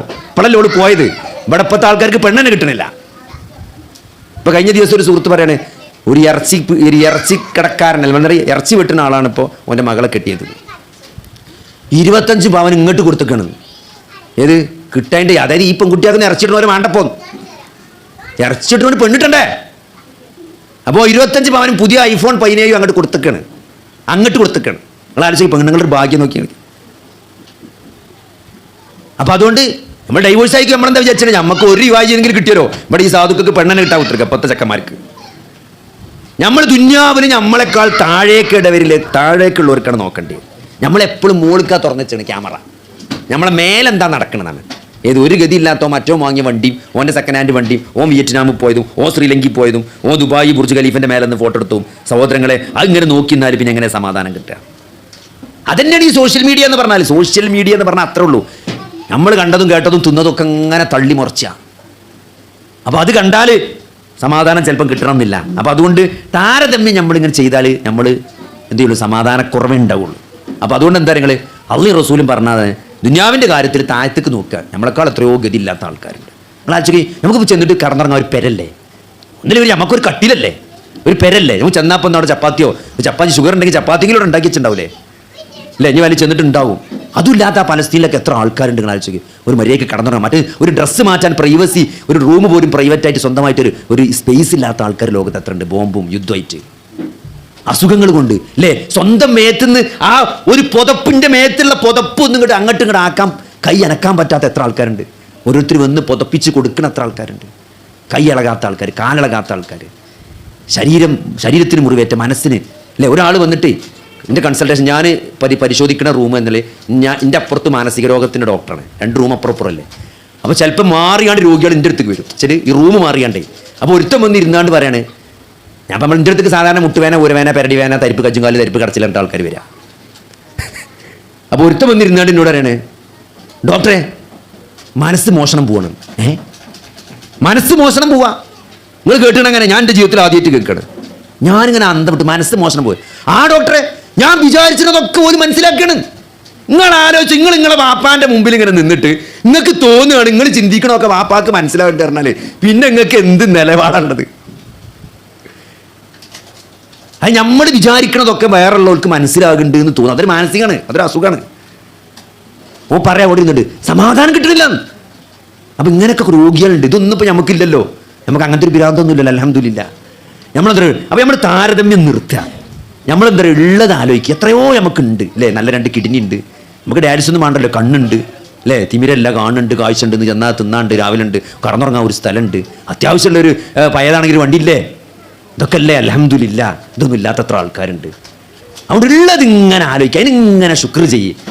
ഇൻ ശക്കർത്തും ലഅസീദന്നകും, അങ്ങനെ പടച്ചോൻ തരും. മറ്റില്ല, പോരാ, എത്താ പോതന്നുള്ളൂ, കഴിഞ്ഞു, ഇങ്ങനെ പറഞ്ഞാൽ തരങ്ങൾ പിശാച് നമ്മൾ നിരാശയിലേക്ക് കൊണ്ടുപോയിട്ട് പടച്ചോൻ്റെ അടുത്ത് ഇങ്ങനെ അകറ്റി കൊണ്ടുപോകും. അത് പിശാചിൻ്റെ തന്ത്രമാണ്. പിശാചിൻ്റെ നിരാശ ഉണ്ടാക്കുക എന്നുള്ളത്. ഇബ്ലീസ് എന്നുള്ള പേരെന്നതാണ്, അൽബസ, നിരാശപ്പെടുത്തും. അപ്പോൾ നിരാശ പാടില്ല വിശ്വാസിക്ക്, പ്രതീക്ഷ മാത്രമേ പാടുള്ളൂ. എത്തിനത് ഇവിടെയൊക്കെ കുറച്ചുള്ള ഈ സൗകര്യങ്ങളൊക്കെ കുറച്ച് സമയമുള്ളൂ. പക്ഷെ പടച്ചോൻ്റെ സൗകര്യങ്ങളും സുഖങ്ങളും എന്ന് പറഞ്ഞാൽ അത് കാലാകാലാണ്, ഗ്യാരണ്ടിയാണ്. നിങ്ങൾ ഏത് ടൂർ പോയി നോക്കി, ശനി ഞായറും കഴിഞ്ഞാൽ തിങ്കളാഴ്ച ഓഫീസിൽ പോകണം. അവിടുന്ന് പെട്ടി എന്താണ് ഒക്കെ പറിച്ചിട്ട് പോരനോടുന്ന്. അത് വല്ലാത്ത ഇടങ്ങാറനാണ്. നമ്മൾ എന്ത് ടൂർ പോയി കഴിഞ്ഞാലും ആ പോരിനെന്നൊരു ഇടങ്ങാറനെ. കുട്ടികൾ പറയും ഒരു ദിവസം കൂടി നിൽക്കാന്ന്. നമുക്ക് തോന്നും ഇവിടെ തന്നെ നിന്നെങ്കിൽ നമുക്ക് ഇവിടെ പേരെടുത്താലോ എന്നൊക്കെ തോന്നും. അതന്നെ ചങ്ങന്മാരെ സ്വർഗം. ഇവിടെ നിങ്ങൾക്ക് ഊട്ടി പോയിട്ടും കൊടൈക്കനാൽ പോയിട്ട് ആ അങ്ങനെ തണുപ്പത്ത് ഇങ്ങനെ നിന്നിട്ട് അവിടെ ഇങ്ങനെ ആ വെള്ളത്തിൻ്റെ അടുത്തും ആ പച്ചപ്പിൻ്റെ അടുത്തും ഇങ്ങനെ നിൽക്കുമ്പം ഇവിടെ ഒരു പെരണ്ടായി ഇങ്ങനെ തോന്നൂലേ? അതന്നെയാണ് സ്വർഗം. ജന്നാത്തു അദ്നിൻ തജ്രീ മിൻ തഹ്തിഹൽ അൻഹാർ ഖാലിദീന ഫീഹാ. അവിടെ കാലാകാലാണ്. അവിടെ ഞായറാഴ്ച വൈകുന്നേരം വെക്കേറ്റ് ചെയ്ത് പോകേണ്ട ആവശ്യമല്ല. അവിടെ കാലാകാലാണ്. അവിടെ പിന്നെ അസുഖമില്ല, അറ്റാക്കില്ല, കൊളസ്ട്രോൾ നോക്കണ്ട, ഷുഗർ നോക്കണ്ട, ചെക്കപ്പിന് പോകണ്ട, ആൻജിയോപ്ലാസ്റ്റി നോക്കണ്ട. വലിയൊരു പൈസക്കാരനെ കാണാൻ പോയി, ഞാൻ പിരിവിന് പോയതാണ്. അപ്പോൾ മൂപ്പരെന്താ നിങ്ങൾ ഇവിടെ ഇങ്ങനെ ഇൻസുലിൻ്റെ ഇത് വെച്ചേക്കാണ്, അതായത് ഷുഗർ നോക്കാൻ ഇവിടെ സാധനം വെച്ചേക്കാണ്. അപ്പോൾ ഇതിങ്ങനെ ഇവിടെ ഫോൺ ഇതിൻ്റെ അടുത്ത് കൊണ്ടുപോയാൽ ഷുഗർ തീ കാണിക്കും. അപ്പോൾ ചോറ് കഴിക്കാൻ നേരമാകുമ്പോൾ ഇങ്ങനെ മൂപ്പര് ഈ ഫോൺ ഇങ്ങോട്ട് കൊണ്ടുപോകും. അപ്പോൾ തീക്ക് നോക്കും. അപ്പോൾ എന്താ നിങ്ങൾ 320. ഇപ്പോൾ എന്ത് ചോറ വെച്ച? അപ്പോൾ എന്നോട് അദ്ദേഹം പറയാണ് 320 ചിലപ്പം കാണും. അപ്പോൾ ഞാൻ മൂപ്പര് വലിയ മലയാളിയാണ്. അപ്പോൾ മൂപ്പര് റൂമിൽ പോയിട്ട് എന്ത് ചെയ്യും, അവിടെ ജിമ്മുണ്ട് പെരിയിൽ, ജിമ്മിൽ പോയിട്ട് ഇങ്ങനെ 1 മണിക്കൂർ എക്സസൈസ് ചെയ്യും. അപ്പോൾ ഒന്നുകൂടി നോക്കും. അപ്പോൾ 140. കുറച്ച് കക്കരിക്കും വെള്ളം കുടിച്ച് കടന്നുറക്കും. സഹോദരങ്ങളെ, വലിയ വലിയ വരുമാനമുള്ള ആൾക്കാരുടെ അവസ്ഥ ഇത്. നിങ്ങളൊന്നിലും മന്തിയൊക്കെ തിന്ന് സുഖമായിട്ട് ഏമ്പൊക്കെ വിട്ട് കടന്നുറങ്ങാൻ പറ്റില്ലേ? ഉള്ളിൽ അൽഹംദുലില്ലാ പറഞ്ഞോളി സഹോദരൻ. അതാണ് ജീവിതം എന്ന് പറഞ്ഞാൽ, അതാണ് ജീവിതം. ഉള്ളിൽ അൽഹംദുലില്ലാ പറയാൻ പഠിച്ചോ, എന്നാൽ ടെൻഷൻ പരമാവധി കുറവേക്കാരം. എല്ലാത്തിനെ പറ്റി ആലോചിച്ച് ടെൻഷനായോ ടെൻഷൻ കൂടും ചെയ്യും, പടച്ചോൽ അകന്നു പോവുകയും ചെയ്യും. മറ്റേത് പടച്ചോൻ പിന്നെ ഇങ്ങനെ തരും. അപ്പം അതുകൊണ്ട് അത് നമ്മൾ മനസ്സിലാക്കാം. പിന്നെ അടുത്തത് നമ്മൾ ചെയ്തു പോണ തെറ്റുകളെ നമ്മൾ ഗൗരവമായി കാണേണ്ടതുണ്ട്. പാപങ്ങൾ എത്ര ചെറുതാണെങ്കിലും, നല്ല ഓർത്തോളി, പാപങ്ങൾ എത്ര ചെറുതാണെങ്കിലും ആ പാപങ്ങളിലെ നിലപാട് ഗൗരവമുള്ളതാണ്. അള്ളാഹുവിനെയും റസൂലിനെയും ധിക്കരിക്കുക എന്ന് പറഞ്ഞാൽ അതാണ് ഒരു തെറ്റെന്ന് പറയുമ്പം. അപ്പോൾ ചെറിയ തെറ്റന്നെയാണെങ്കിലും ആ തെറ്റ് തന്നെ അള്ളാഹുവിനെയും റസൂലിനെയും ധിക്കരിക്കൽ തന്നെയാണ്. അത് ചെറിയ തെറ്റാണെങ്കിലും. അത് കുറേ ചെറിയ തെറ്റ് ചെയ്യുമ്പോൾ എന്താ നിങ്ങൾ തെറ്റിൻ്റെ ഗൗരവം നഷ്ടപ്പെടും. പിന്നെ നമ്മൾ വലിയ തെറ്റ് നമുക്കൊരു പ്രശ്നമില്ലാന്ന് തോന്നും. വലിയ തെറ്റ് ചെയ്താലൊരു പ്രശ്നം എന്താ നിങ്ങൾ, ആദ്യമൊക്കെ മനസ്സിനൊരു കുത്തലുണ്ടാവും. പിന്നെ നമ്മൾ തെറ്റിനെ ന്യായീകരിക്കാൻ തുടങ്ങും. തെറ്റിനെ ന്യായീകരിക്കും. അതൊന്നും ഒരു വ്യഭിചാരമല്ല, അതൊന്നും ഒരു പലിശല്ല. അതൊക്കെ പലിശ. ഇപ്പം അതൊക്കെ വട്ടിപ്പലിശക്കാണ് പലിശ അറിയാം. എഡ്യൂക്കേഷൻ ലോണിനും വീടിന് വാങ്ങണ ലോണിനും വണ്ടിക്ക് വാങ്ങണ 6%, 7% ലോണിനൊന്നും അന്ന് പലിശ എന്ന് പറയാൻ പറ്റൂല. അത് കൂട്ടുപലിശക്കാണ് പലിശ എന്ന് പറയാം. ഏത് പലിശ മുങ്ങി കിടക്കണോ പറയാണ്, ഓൻ്റെ ഈ ഭാരത്താണത്. ഓ അങ്ങനെ ദീന് പറയാം. അപ്പോൾ ആദ്യം തരാം, ആദ്യം എടുക്കാനൊക്കെ ഒരു മടി ഉണ്ടാവും. പിന്നെ എടുത്ത് കുറേ പലിശ ആവും. പിന്നെ പറയും അന്നിപ്പോൾ ഒരു പലിശ അല്ല എന്ന് പറയും. പലിശ വാങ്ങണേക്കാൾ ഗൗരവമാണ് പലിശ തെറ്റല്ല എന്ന് പറയാന്ന്. അത് കുഫറാണ്. പലിശ തെറ്റല്ല എന്ന് പറഞ്ഞാൽ കുഫറാണ്. പലിശ വാങ്ങിയാലേ പലിശ വാങ്ങിയില്ല കുറ്റം കിട്ടുള്ളൂ. മറ്റേത് കുഫറാണ്. കുഫർ ശിർക്കിലേക്ക് എത്തിക്കും, ശിർക്ക് നരകത്തിലേക്കാണ് എത്തിക്കുക. അപ്പോൾ പാപങ്ങളെ നിസ്സാരമായൊരു വിശ്വാസി കാണാൻ പാടില്ല. കാരണം പാപങ്ങളുടെ അനന്തരഫലങ്ങൾ ഗൗരവമുള്ളതാവും. നമ്മൾ കുറേ നുണ പറഞ്ഞു, നമ്മൾ കുറേ തെറ്റ് ചെയ്തു, ആ തെറ്റ് മൂടി വെക്കാൻ വേണ്ടി അടുത്ത തെറ്റ് ചെയ്യും, അതിൽ നിന്ന് അടുത്ത തെറ്റിലേക്ക് പോകും. അവസാനം നമ്മൾ എവിടെ ചെന്നെത്താന്ന് ആ തെറ്റ് തുടങ്ങുമ്പോൾ നമുക്കറിയില്ല. ഒരു പാപം കാരണം നിനക്ക് അല്ലാഹു വെച്ചിരിക്കുന്ന അനന്തരഫലം എന്താണെന്ന് നീ അറിഞ്ഞിരുന്നെങ്കിൽ നീ ആ പാപത്തിലേക്ക് പോകുമായിരുന്നില്ല എന്നാണ്. നമുക്കറിയില്ല. പാപങ്ങളുടെ അനന്തരഫലങ്ങൾ വളരെ ഗൗരവമുള്ള. ഒരു സുജൂദ് ചെയ്യാത്തതിനാണ് ഇബ്ലീസ് ശപിക്കപ്പെട്ടവനായി മാറിയത്. ആദമിനൊരു സുജൂദ് ചെയ്യാൻ പറഞ്ഞപ്പോൾ ഒരൊറ്റ സുജൂദ് എനിക്ക് പറ്റൂലായിരുന്നു. അതുകൊണ്ട് എന്താണ് ഒരു പാപം കൊണ്ട് അതിൻ്റെ അനന്തരഫലമായിട്ട് എന്താണ് ഇനി സംഭവിക്കാൻ പോകുകയെന്ന് നമുക്കറിയാത്തത് കൊണ്ട് സഹോദരങ്ങളെ, പാപങ്ങളെ നമ്മൾ കുറച്ചും കൂടി ഗൗരവമായി തന്നെ കാണണം. പിന്നെ നമസ്കാരമാണ് അടുത്ത്. നമസ്കാരത്തെ നമ്മൾ അവഗണിക്കുക എന്നുള്ളത് വളരെ വളരെ പ്രധാനപ്പെട്ട, അള്ളാഹുവിൽ നമ്മൾ അകറ്റുന്ന വലിയൊരു കാര്യമാണ്. നിങ്ങൾ നമ്മുടെ ഫോണ്, ആൾക്കാർക്ക് എപ്പോഴും ഒരാളെ കണ്ടപ്പോഴേ യാത്രയിലൊരു സുഹൃത്ത് ഭയങ്കര ടെൻഷൻ മൂപ്പർക്ക്. അപ്പം എന്താ, ഫോണിൽ ചാർജ് കഴിഞ്ഞാണ് ഒരു പ്രശ്നം. ഫോണിൽ ചാർജ് കഴിഞ്ഞ് മൂപ്പർ ബേജാറാണ്. മൂപ്പരെ ചാർജർ മൂപ്പർ എടുത്തിട്ടില്ല, മൂപ്പരെ പറ്റിയ ചാർജർ ഒപ്പമുള്ള പോലപ്പോൾ എല്ലാം കഴിഞ്ഞില്ലേ, ജീവിതം പോയി സഹോദരങ്ങളെ. മൊബൈലിൽ ചാർജ് കഴിഞ്ഞ് ആ ചാർജ് ചെയ്യാനൊരു സംവിധാനം കൂടി ഇല്ലെങ്കിൽ കഴിഞ്ഞ് പരിപാടി കഴിഞ്ഞ്. അതേപോലെയാണ് ഒരു വിശ്വാസിയെ സംബന്ധിച്ചിടത്തോളം ഒരു വിശ്വാസിൻ്റെ ഹൃദയത്തിൻ്റെ ചാർജറാണ് നിസ്കാരം തന്നെ. തീരെ ബാറ്ററി ഇല്ല, നമ്മളെ ഹൃദയത്തിൻ്റെ ബാറ്ററി വളരെ വീക്കാണ്. അതുകൊണ്ട് 5 നേരമെങ്കിലും ഇത് കുത്തിവെക്കണം. 5 നേരം കുത്തിവെച്ചാലേ ഇത് കുറച്ചെങ്കിലും ഒന്ന് വിളിച്ചാൻ പറ്റുള്ളൂ. കുറച്ചെങ്കിലും നമ്മളെ ഫോണിൽ ഹൃദയത്തിൽ ചാർജ് കിട്ടണമെങ്കിൽ നിങ്ങളാഴ്ചക്ക് 50 നേരം കുത്താൻ വേണ്ടിയിട്ടാണ് മൂസാ നബി അള്ളാഹുവിൻ്റെ റസൂൽ താഴത്തേക്ക് ഇറങ്ങിയത്, ഇറച്ചി പോയി മേലെ നിന്ന് ഇറങ്ങിയത്. 50 നേരത്തെ നിസ്കാരം നിർബന്ധമാക്കി കൊണ്ടുവന്നത്. അത് 9 നടന്നിട്ട് 5 നേരം കുത്തലാക്കിയത്. ആ 5 നേരം നമ്മൾ ചാർജ് ചെയ്യണം. 5 നേരം നമ്മൾ ചാർജ് ചെയ്യണം. ആ ചാർജ് സഹോദരങ്ങളെ, അത് നമ്മൾ മര്യാദ നിസ്കാരം കൃത്യമായിട്ട് ചെയ്യില്ലെങ്കിൽ നമ്മൾ ഹൃദയത്തിൻ്റെ ബാറ്ററി പോകും, നമ്മൾ ഹൃദയം വീക്കാവും, നമ്മൾ ഹൃദയത്തിൽ കാര്യങ്ങൾ കയറാതാവും. അപ്പോൾ അതുകൊണ്ട് അത് നമ്മൾ നല്ലോണം എന്ത് ചെയ്യണം, നമ്മൾ നല്ലോണം ശ്രദ്ധിക്കണം. നിസ്കാരത്തിൻ്റെ കാര്യത്തിൽ ഒരു വീഴ്ച ഉണ്ടാവില്ല. 5 നേരം ആണാണോ പള്ളിയിൽ പോയി ജമാഅത്തായിട്ട് നിസ്കരിക്കണം. അത് ജോലി സ്ഥലത്താണെങ്കിൽ എവിടെ അതിൻ്റെ സെറ്റപ്പ് നമ്മൾ ഉണ്ടാക്കണം, അതിന് നമ്മൾ പ്രയോറിറ്റി നൽകണം. ഇന്നിപ്പോൾ നാളെ സുബൈന് കഴിഞ്ഞാൽ ഒരു വിശ്വാസിയെ സംബന്ധിച്ചിടത്തോളം അവൻ്റെ ഏറ്റവും വലിയ പ്രശ്നം അടുത്ത ളുഹർ ജമാഅത്ത് ഇവിടെ എന്നുള്ളതാണ്. അതിനൊരു കൃത്യമായ യാത്രയാണോ എന്താണ് അതിൻ്റെ പ്ലാന് നമ്മൾ എൻ്റെ ളുഹർ ഇനി എവിടെ ആയിരിക്കും, കൃത്യമായൊരു പ്ലാന് ഒരു വിശ്വാസിക്ക് ഉണ്ടായിരിക്കും. എൻ്റെ അസർ ഇവിടെ ആയിരിക്കും, എൻ്റെ മഗ്‌രിബ് ഇവിടെ ആയിരിക്കും, എൻ്റെ ഇന്നത്തെ ഇശാ ജമാഅത്ത് ഇവിടെ ആയിരിക്കും. അത് കൃത്യമായിരിക്കണം. ആ നമസ്കാരത്തിൻ്റെ കാര്യത്തിൽ യാതൊരു വീഴ്ചയും ഒരു വിശ്വാസിക്ക് ഉണ്ടാകാൻ പാടില്ല എന്നുള്ളതാണ്. എന്നാലും എന്ത് ഉള്ളൂ, എന്നാലും പടച്ചോൻ്റെ ഈ മയ്യത്തുണ്ടല്ലോ, എൻ്റെ അപ്പൻ്റെ റബ്ബുണ്ട് നമ്മൾ ഈ പറയണ്ടല്ലോ, ആ റബ്ബ് ഉണ്ടാവുള്ളൂ.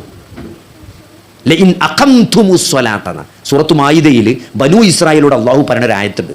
12ാമത്തെ ആയത്താണ് എൻ്റെ ഓർമ്മ, ഞാൻ തെറ്റുണ്ടോ അറിയില്ല, ഒന്ന് പോയി ഓതുവെക്കണ്ടി. ബനൂ ഇസ്രായേലിനോട് പടച്ചോൻ പറയാണ്, ഞാൻ നിങ്ങളുടെ കൂടെയുണ്ട്, ഇനി മഅക്കും.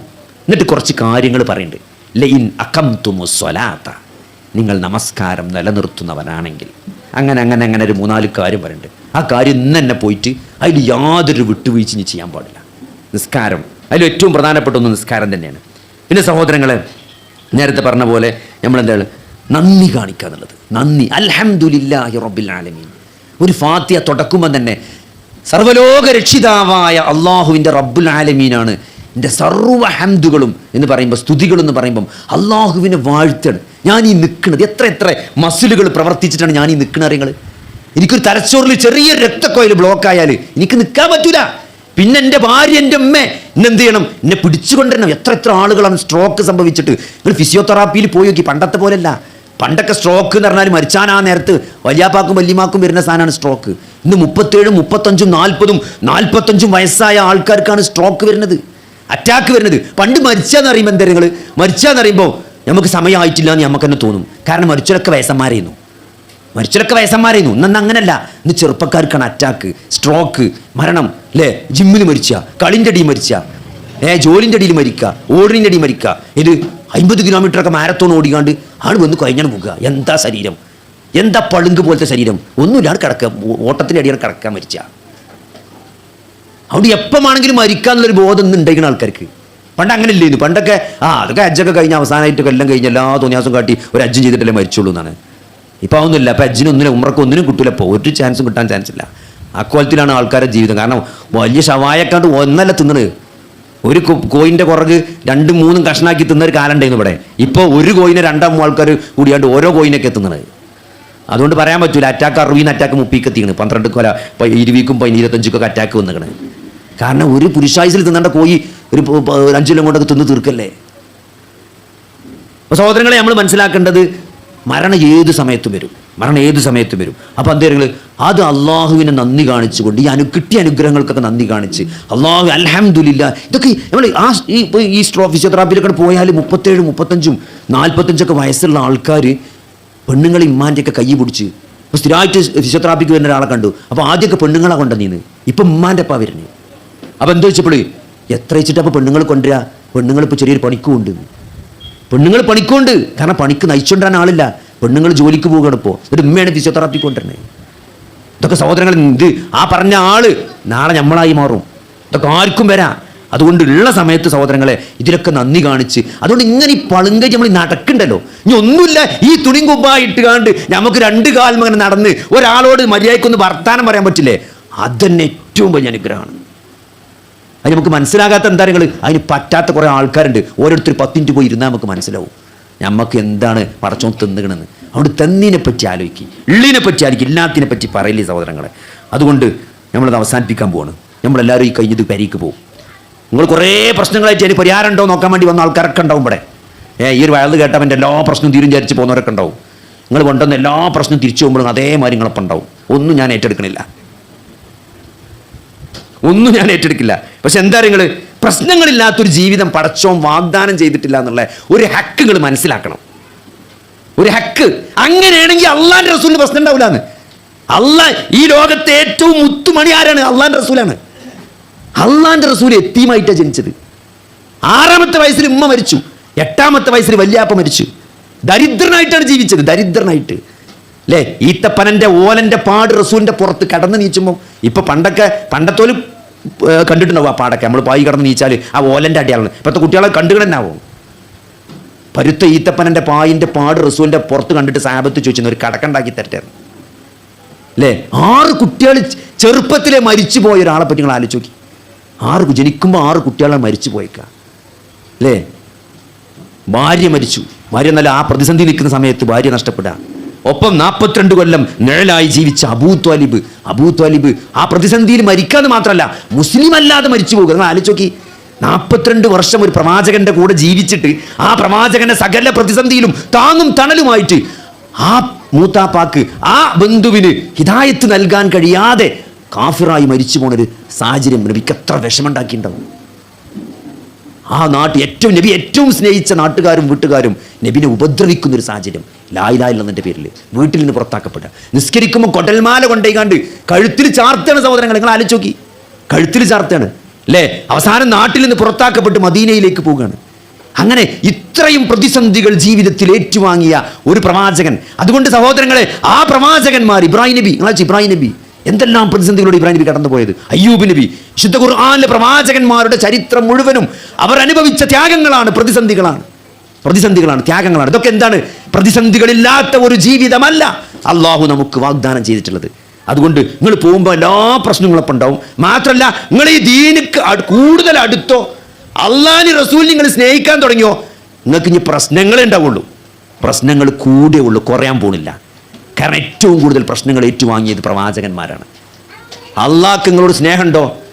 പൈസ അല്ല തരിക, എടങ്ങാറാണ് തരിക. സൗകര്യമല്ല തരിക, പ്രതിസന്ധികളാണ് തരിക. എന്തിനാ നിങ്ങൾക്ക് എടങ്ങേറുള്ള പരീക്ഷ എഴുതിയാലാണ് നല്ല സ്ഥാനം കിട്ടുക അല്ലേ? ഏറ്റവും ടഫായ പരീക്ഷയിൽ പാസ്സായാലാണ് ഏറ്റവും വലിയ ശമ്പളം കിട്ടുക, ഏറ്റവും വലിയ ട്രോഫി കിട്ടുക, ഏറ്റവും വലിയ സ്ഥാനം കിട്ടുക. അപ്പോൾ തോന എടങ്ങേറ് തന്നു എന്ന് പറഞ്ഞാൽ അതിൻ്റെ അർത്ഥം നമുക്ക് തോന പ്രൈസ് കിട്ടാണ്ടെന്നാണ്, തോന സമ്മാനം കിട്ടാണ്ടെന്നാണ്. വലിയ ദറജ നമ്മളെ കാത്തിക്കുണ്ടെന്നാണ്. കാരണം ഏറ്റവും കൂടുതൽ പ്രതിസന്ധികൾ ഏറ്റുവാങ്ങിയത് പ്രവാചകന്മാരാണ്. അത് കഴിഞ്ഞാൽ അതിൻ്റെ അടുത്ത ആൾക്കാരാണ്, സഹാബത്താണ്, അത് കഴിഞ്ഞ താബികളാണ്. അപ്പോൾ സഹോദരങ്ങളെ, ഒരു ഇടങ്ങേറ് വരുമ്പോൾ എന്താ സഹോദരങ്ങളെ നമ്മൾ മനസ്സിലാക്കേണ്ടത്? പടച്ചോൻ നമ്മളെ സഹായിക്കണം. പടച്ചോൻ്റെ ദറജ ഉയർത്താൻ വേണ്ടി തന്നതാണ്. നിസ്കരിച്ചിട്ടും നോമ്പോറ്റിട്ടും ജിഹാദ് ചെയ്തിട്ടൊന്നും എന്നെക്കൊണ്ട് സ്വർഗ്ഗത്ത് പോകാൻ കഴിയില്ല. അതുകൊണ്ട് നിങ്ങൾ ആലോചിച്ച് നോക്കി, ഒരു പുരുഷായുസ് മുഴുവൻ ആരോഗ്യമുള്ള സമയത്ത് നമ്മൾ 5 നേരം പള്ളി പോയി നമസ്കരിച്ചതിനേക്കാൾ ഒരു പക്ഷേ അതിനേക്കാൾ കൂലി ഉണ്ടാവും.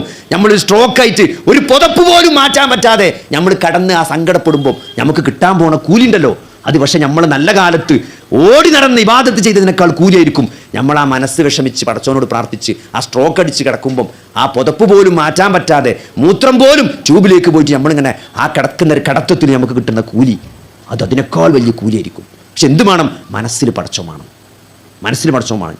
ഞാൻ സൗദിയിൽ പോയ സമയത്ത് ഒരു സുഹൃത്തിനെ കാണാൻ പോയിരുന്നു. അപ്പോൾ ഒരു അറബിൻ്റെ വീട്ടിൽ പോയി. അപ്പോൾ അദ്ദേഹം സ്ട്രോക്ക് കഴിഞ്ഞതിനിങ്ങനെ റെഡിയായി വരികയാണ്. അയാളെ വായിന്ന് വന്ന വാക്കുണ്ട്, അയാൾ സംസാരിക്കുമ്പോൾ അറബി പറയണം അൽഹംദുലില്ലാ. അയാൾക്ക് ഒരു വടി കുത്തിയിട്ടാണ് നടക്കുന്നത്. അയാൾ പറഞ്ഞ തരങ്ങൾ അൽഹംദുലില്ലാ, ഞാൻ എൻ്റെ വ്യാഴാഴ്ചത്തെയും തിങ്കളാഴ്ചത്തെയും നോമ്പൊക്കെ മുടങ്ങാതെ എപ്പോഴും എനിക്ക് ചെയ്യാൻ പറ്റുന്നുണ്ട്. എൻ്റെ സുന്നത്ത് നിസ്കാരം ഒക്കെ ഇപ്പോഴും ഞാൻ എന്ത് ചെയ്യുന്നുണ്ട്, മുടങ്ങാതെ നിർവഹിക്കുന്നുണ്ട്. ആ ഇബാദത്ത് ചെയ്യാൻ അള്ളാഹു എനിക്ക് ഇതൊക്കെ കഴിഞ്ഞിട്ടും തൗഫീക്ക് നൽകി എന്നത് വല്ലാത്തൊരു നിഅമത്താണ് എന്നാണ് അദ്ദേഹം പറഞ്ഞത്. അങ്ങനെ നമുക്ക് ആലോചിക്കാൻ പറ്റുന്നുണ്ടോ? അള്ളാഹു ചെയ്ത ഏറ്റവും വലിയ കാരുണ്യ സഹോദരങ്ങളെ, വലിയ വീട് തന്നു, വലിയ വണ്ടി തന്നു, നല്ല ജോലിയുള്ള മക്കളെ തന്നു എന്നതല്ല, അള്ളാഹുവിനോട് പ്രാർത്ഥിക്കാനും അവനെ ആരാധിക്കാനും അവനിൽ ഭരമേൽപ്പിച്ച് അവനെ സ്നേഹിച്ച് ജീവിക്കാനും ഒരായുസ്സു, ഒരാരോഗ്യവും ഒരു തൗഫീക്കും നിങ്ങൾക്ക് നൽകി എന്നതാണ്. അത് നമുക്ക് മനസ്സിലാക്കാൻ പറ്റണം. അതാണ് ഈ സൗകര്യങ്ങളെക്കാളും സമ്പത്തിനേക്കാളും, ഈ സൗകര്യങ്ങളും സമ്പത്തിനേക്കാളൊക്കെ, ഈ സമ്പാദ്യത്തെക്കാളൊക്കെ എനിക്ക് വലുത് പ്രിയപ്പെട്ടത് ഈ ഒരു തൗഫീക്കാണ്. പടച്ചോനെ ആരാധിക്കാനുള്ള ആഫിയത്തും തൗഫീക്കും. അത് തിരിച്ചറിഞ്ഞ ഒരാൾ, അയാൾക്ക് ഒരു പ്രശ്നമല്ല. ആ ഒരു മാനസിക നിലവാരത്തിലേക്കാണ് ഒരു വിശ്വാസി ഉയരേണ്ടത്. അല്ലാതെ പ്രശ്നങ്ങൾ പോകല്ല ചെയ്യാം, പ്രശ്നങ്ങൾ വലുതാകേ ഉള്ളൂ. ദീന് കൂടുന്തോറും പ്രശ്നങ്ങൾ കൂടുക ചെയ്യാം. പക്ഷെ എന്താ നിങ്ങൾ ആ പ്രശ്നങ്ങളെ അതിജീവിക്കാനുള്ള ഒരു ഈമാനും കരുത്തും പടച്ചോ നമ്മളെ കൂടെ ഉണ്ട് എന്നുള്ളൊരു ബോധം നമുക്ക് നൽകും. അപ്പോൾ അതുകൊണ്ട് സഹോദരങ്ങളെ, ഹൃദയത്തിൽ പടച്ചോനെ ഉണ്ടാക്കാൻ പറ്റണം. അതിപ്പോൾ എങ്ങനെയൊക്കെ ഉണ്ടാകുക? അത് പടച്ചോനെ അറിയണം, പഠിക്കണം. ഖുർആൻ അതാണ്, ഹദീസ് അതാണ്, വഹി അതാണ്. നമ്മൾ ഗവേഷണം നടത്തിയ പടച്ചോനെ പറ്റി അറിയില്ല. അള്ളാഹും റസൂലും എന്ത് പഠിപ്പിച്ചോ അതാണ് അള്ളാഹുവിനെ പറ്റിയുള്ള ഇൽമ് എന്ന് പറഞ്ഞാൽ. അത് ഖുർആൻ പഠിക്കണം, ഹദീസ് പഠിക്കണം. അതിന് നമ്മൾ ക്ലാസ്സിൽ ചേരേണ്ടി വരും, അത് പഠിക്കേണ്ടി വരും, അത് ജീവിതത്തിൽ അമലാക്കി കൊണ്ടടക്കണം. അങ്ങനെ ആവുമ്പോൾ എന്താ നിങ്ങൾ നിരന്തരമായ ഒരു ബന്ധം, അള്ളാഹുവുമായിട്ടുള്ള നിരന്തരമായ ഒരു ബന്ധം ഒരു വിശ്വാസിക്ക് ജീവിതത്തിൽ ഉണ്ടാവുമ്പം സഹോദരങ്ങൾ അത് കിട്ടും എന്നുള്ളതാണ്. അതുകൊണ്ട് നമ്മൾ ഇത് അവസാനിപ്പിക്കാൻ പോകണം. ഖുർആൻ കേട്ടു, ഹദീസ് കേട്ടു, കുറേ ആയത്ത് കേട്ടു, എൻ്റെ കുറേ ബഡായി കേട്ടു, പലതും നിങ്ങൾ കേട്ടുപ്പോ. ഇനി എന്താ നിങ്ങൾ ഇനി നമ്മൾ പെരീക്ക് പോവുകയാണ്. ഇത് കേട്ടിട്ട് നമ്മളെ ജീവിതത്തിൽ ഒരു മാറ്റം ഉണ്ടാകണം. ഇൽമു എന്ന് പറഞ്ഞാൽ അത് ഇൽമായി നിൽക്കാനുള്ള സാധനമല്ല, അത് അമലായിട്ട് പുറത്തേക്ക് വരണം. അത് നിലപാടുകളായിട്ട് ജീവിതത്തിൽ പുറത്തേക്ക് വരണം. അത് വാക്കിലൂടെ വരും. അൽഹംദുലില്ലാ എന്ന് പറയുന്നതിലൂടെ, സുബ്ഹാനല്ലാഹ് എന്ന് പറയുന്നതിലൂടെ, ഹൃദയം തട്ടി ഒരു അല്ലാഹു അക്ബർ എന്ന് പറയുന്നതിലൂടെ അത് വാക്കുകളായി പുറത്തേക്ക് വരും. അത് ചിന്തകളായി നമ്മളെ മനസ്സിൽ സമാധാനം കോരിയിട്ട് തരും. അത് കർമ്മങ്ങളായി അത് മറ്റുള്ളവർക്ക് ഉപകാരങ്ങളായിട്ട് മാറും. കൂടെ ജീവിക്കുന്ന സഹജീവികൾക്ക് കാരുണ്യമായിട്ട് വരും. നമ്മുടെ ഭാര്യയോട് നല്ലൊരു സംസാരം, മക്കളോട് നല്ലൊരു പെരുമാറ്റം. വാപ്പ മാറിയല്ലോ, വാപ്പ ചൂടനേത്, വാപ്പ മാറി, എന്ത് പറ്റി? വാപ്പ മാറി, വാപ്പക്ക് പഴയ ദേഷ്യല്ലപ്പോൾ, മൂപ്പർക്ക് കാര്യങ്ങളൊക്കെ ഏകദേശം മനസ്സിലാക്കണപ്പോൾ. അങ്ങനെ അതാണ് ഇൽമ്. ഒരാൾക്ക് വഹി നൽകേണ്ട മാറ്റം അതാണ്. ജീവിതത്തിൽ മാറാൻ സാധിക്കണം. അത് നിലപാടെടുക്കുന്നതിലൂടെ, ആളുകളോട് ഇടപഴകുന്നതിലൂടെ, ആളുകളോട് സംസാരിക്കുന്നതിലൂടെ, വാക്കിലൂടെ വരണം, പ്രവൃത്തിയിലൂടെ വരണം. നിശബ്ദതയിലൂടെ ചില സ്ഥലത്ത് മിണ്ടാതെക്കേണ്ടി വരും, ചില സ്ഥലത്ത് നമ്മൾ മിണ്ടാതെക്കേണ്ടി വരും. അതൊക്കെ സഹോദരങ്ങളെ, ചില സ്ഥലത്ത് നമ്മൾ പറയേണ്ടി വരും, ചില സമയത്ത് നമ്മൾ ഒച്ചുണ്ടാക്കേണ്ടി വരും, ചില സമയത്ത് മിണ്ടാതെക്കേണ്ടി വരും. അതൊക്കെ എന്താണ്? ചില സ്ഥലത്ത് നമ്മൾ കണ്ണുരുട്ടേണ്ടി വരും. അതൊക്കെ എന്താണ്? അതൊക്കെ ഇതിൻ്റെ ഭാഗമാണ്.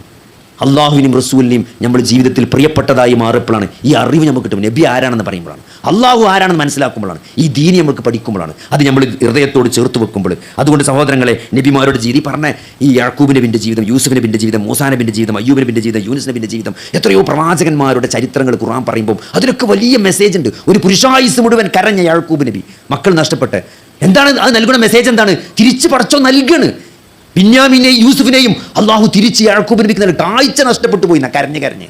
പക്ഷേ അവസാനം ആ മക്കളെ തിരിച്ചു നൽകുന്ന വലിയൊരു കാഴ്ച ഉണ്ട്. അല്ലേ? ആ സൂറത്ത് യൂസുഫ് അവസാനം സന്തോഷതാണ് ആ മക്കൾ അവസാനം തിരിച്ചു കിട്ടണേ. യൂസുഫ് നബി അലൈഹി സ്വലാം കടന്നുപോയ പ്രതിസന്ധികൾ അല്ലേ? ആ സഹോദരങ്ങളാൽ പൊട്ടക്കിണറ്റിലെറിയാൻ അതായത് ആരാണ് കൊണ്ടിരുന്നത്? ശത്രുക്കളല്ല, കൂടപ്പിറപ്പുകൾ. ഒരേ ഉമ്മാന്റെ വയറ്റിൽ അല്ലെങ്കിൽ ഒരേ രക്തത്തിൽ പിറന്ന കൂടപ്പിറപ്പുകൾ കിണറ്റിലെറിയ, എന്നിട്ട് അവിടുന്ന് അടിമച്ചന്തയിൽ വിൽക്കപ്പെടുക, എന്നിട്ടോ അവിടുന്ന് കൊട്ടാരത്തിലേക്ക് താമസിക്കുക, അവിടെ വളർത്തപ്പെടുക, എന്നിട്ടോ അവിടെ ലൈംഗിക ആരോപണത്തിന്റെ പേരിൽ ജയിലിലടക്കപ്പെടുക, ചെയ്യാത്ത തെറ്റിന്റെ പേരിൽ. അത് ഏറ്റവും നല്ല യുവത്വത്തിന്റെ കാലഘട്ടത്തിൽ ഒരു ദീർഘമായ കാലഘട്ടം. എന്നിട്ട് ഈജിപ്തിന്റെ ഭരണാധികാരിയായി തിരിച്ചു വരിക, തെറ്റ് ചെയ്ത ആളുകളൊക്കെ സ്വന്തം കാൽ കീഴിൽ വന്ന് മാപ്പ് ചോദിക്കുക.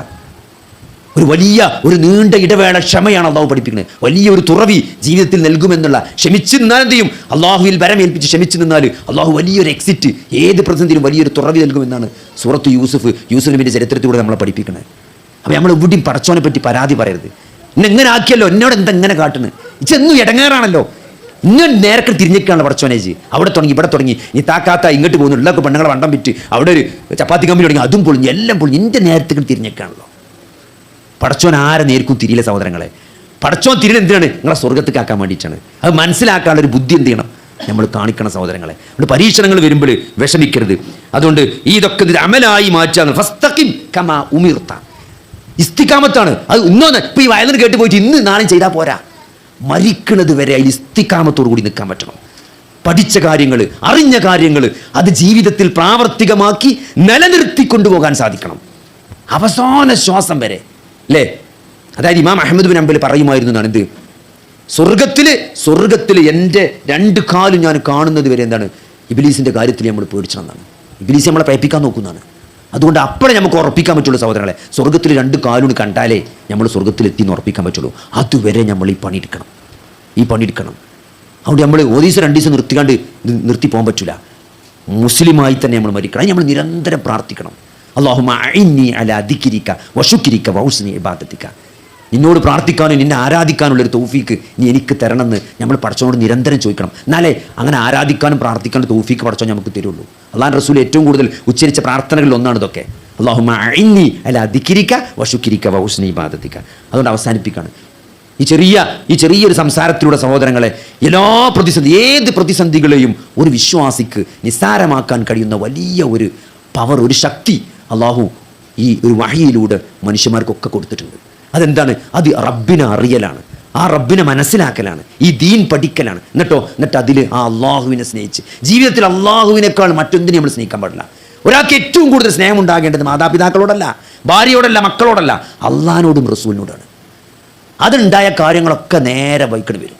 അപ്പോൾ ദീൻ പഠിക്കുക, മനസ്സിലാക്കുക, അത് അമൽ ചെയ്യുക, അള്ളാഹി റസൂലിനെ അങ്ങേയറ്റം സ്നേഹിക്കുക സഹോദരങ്ങളെ. അത് നെഞ്ചോട് ചേർത്ത് വെച്ച് അങ്ങനത്തെ ഒരു നിലപാടെടുത്ത് മുന്നോട്ട് പോയാൽ പ്രശ്നങ്ങൾ ഇഷ്ടം പോലെ വരും. പക്ഷെ എന്താ പറയുക, ആ പ്രശ്നത്തിലൊക്കെ ഒരു സുഖം ഉണ്ടാവും. അത് നമ്മൾ മനസ്സിലാക്കിക്കൊണ്ട് ജീവിക്കാൻ അള്ളാഹു നമുക്ക് തൗഫീക്ക് നൽകുമാറാകട്ടെ.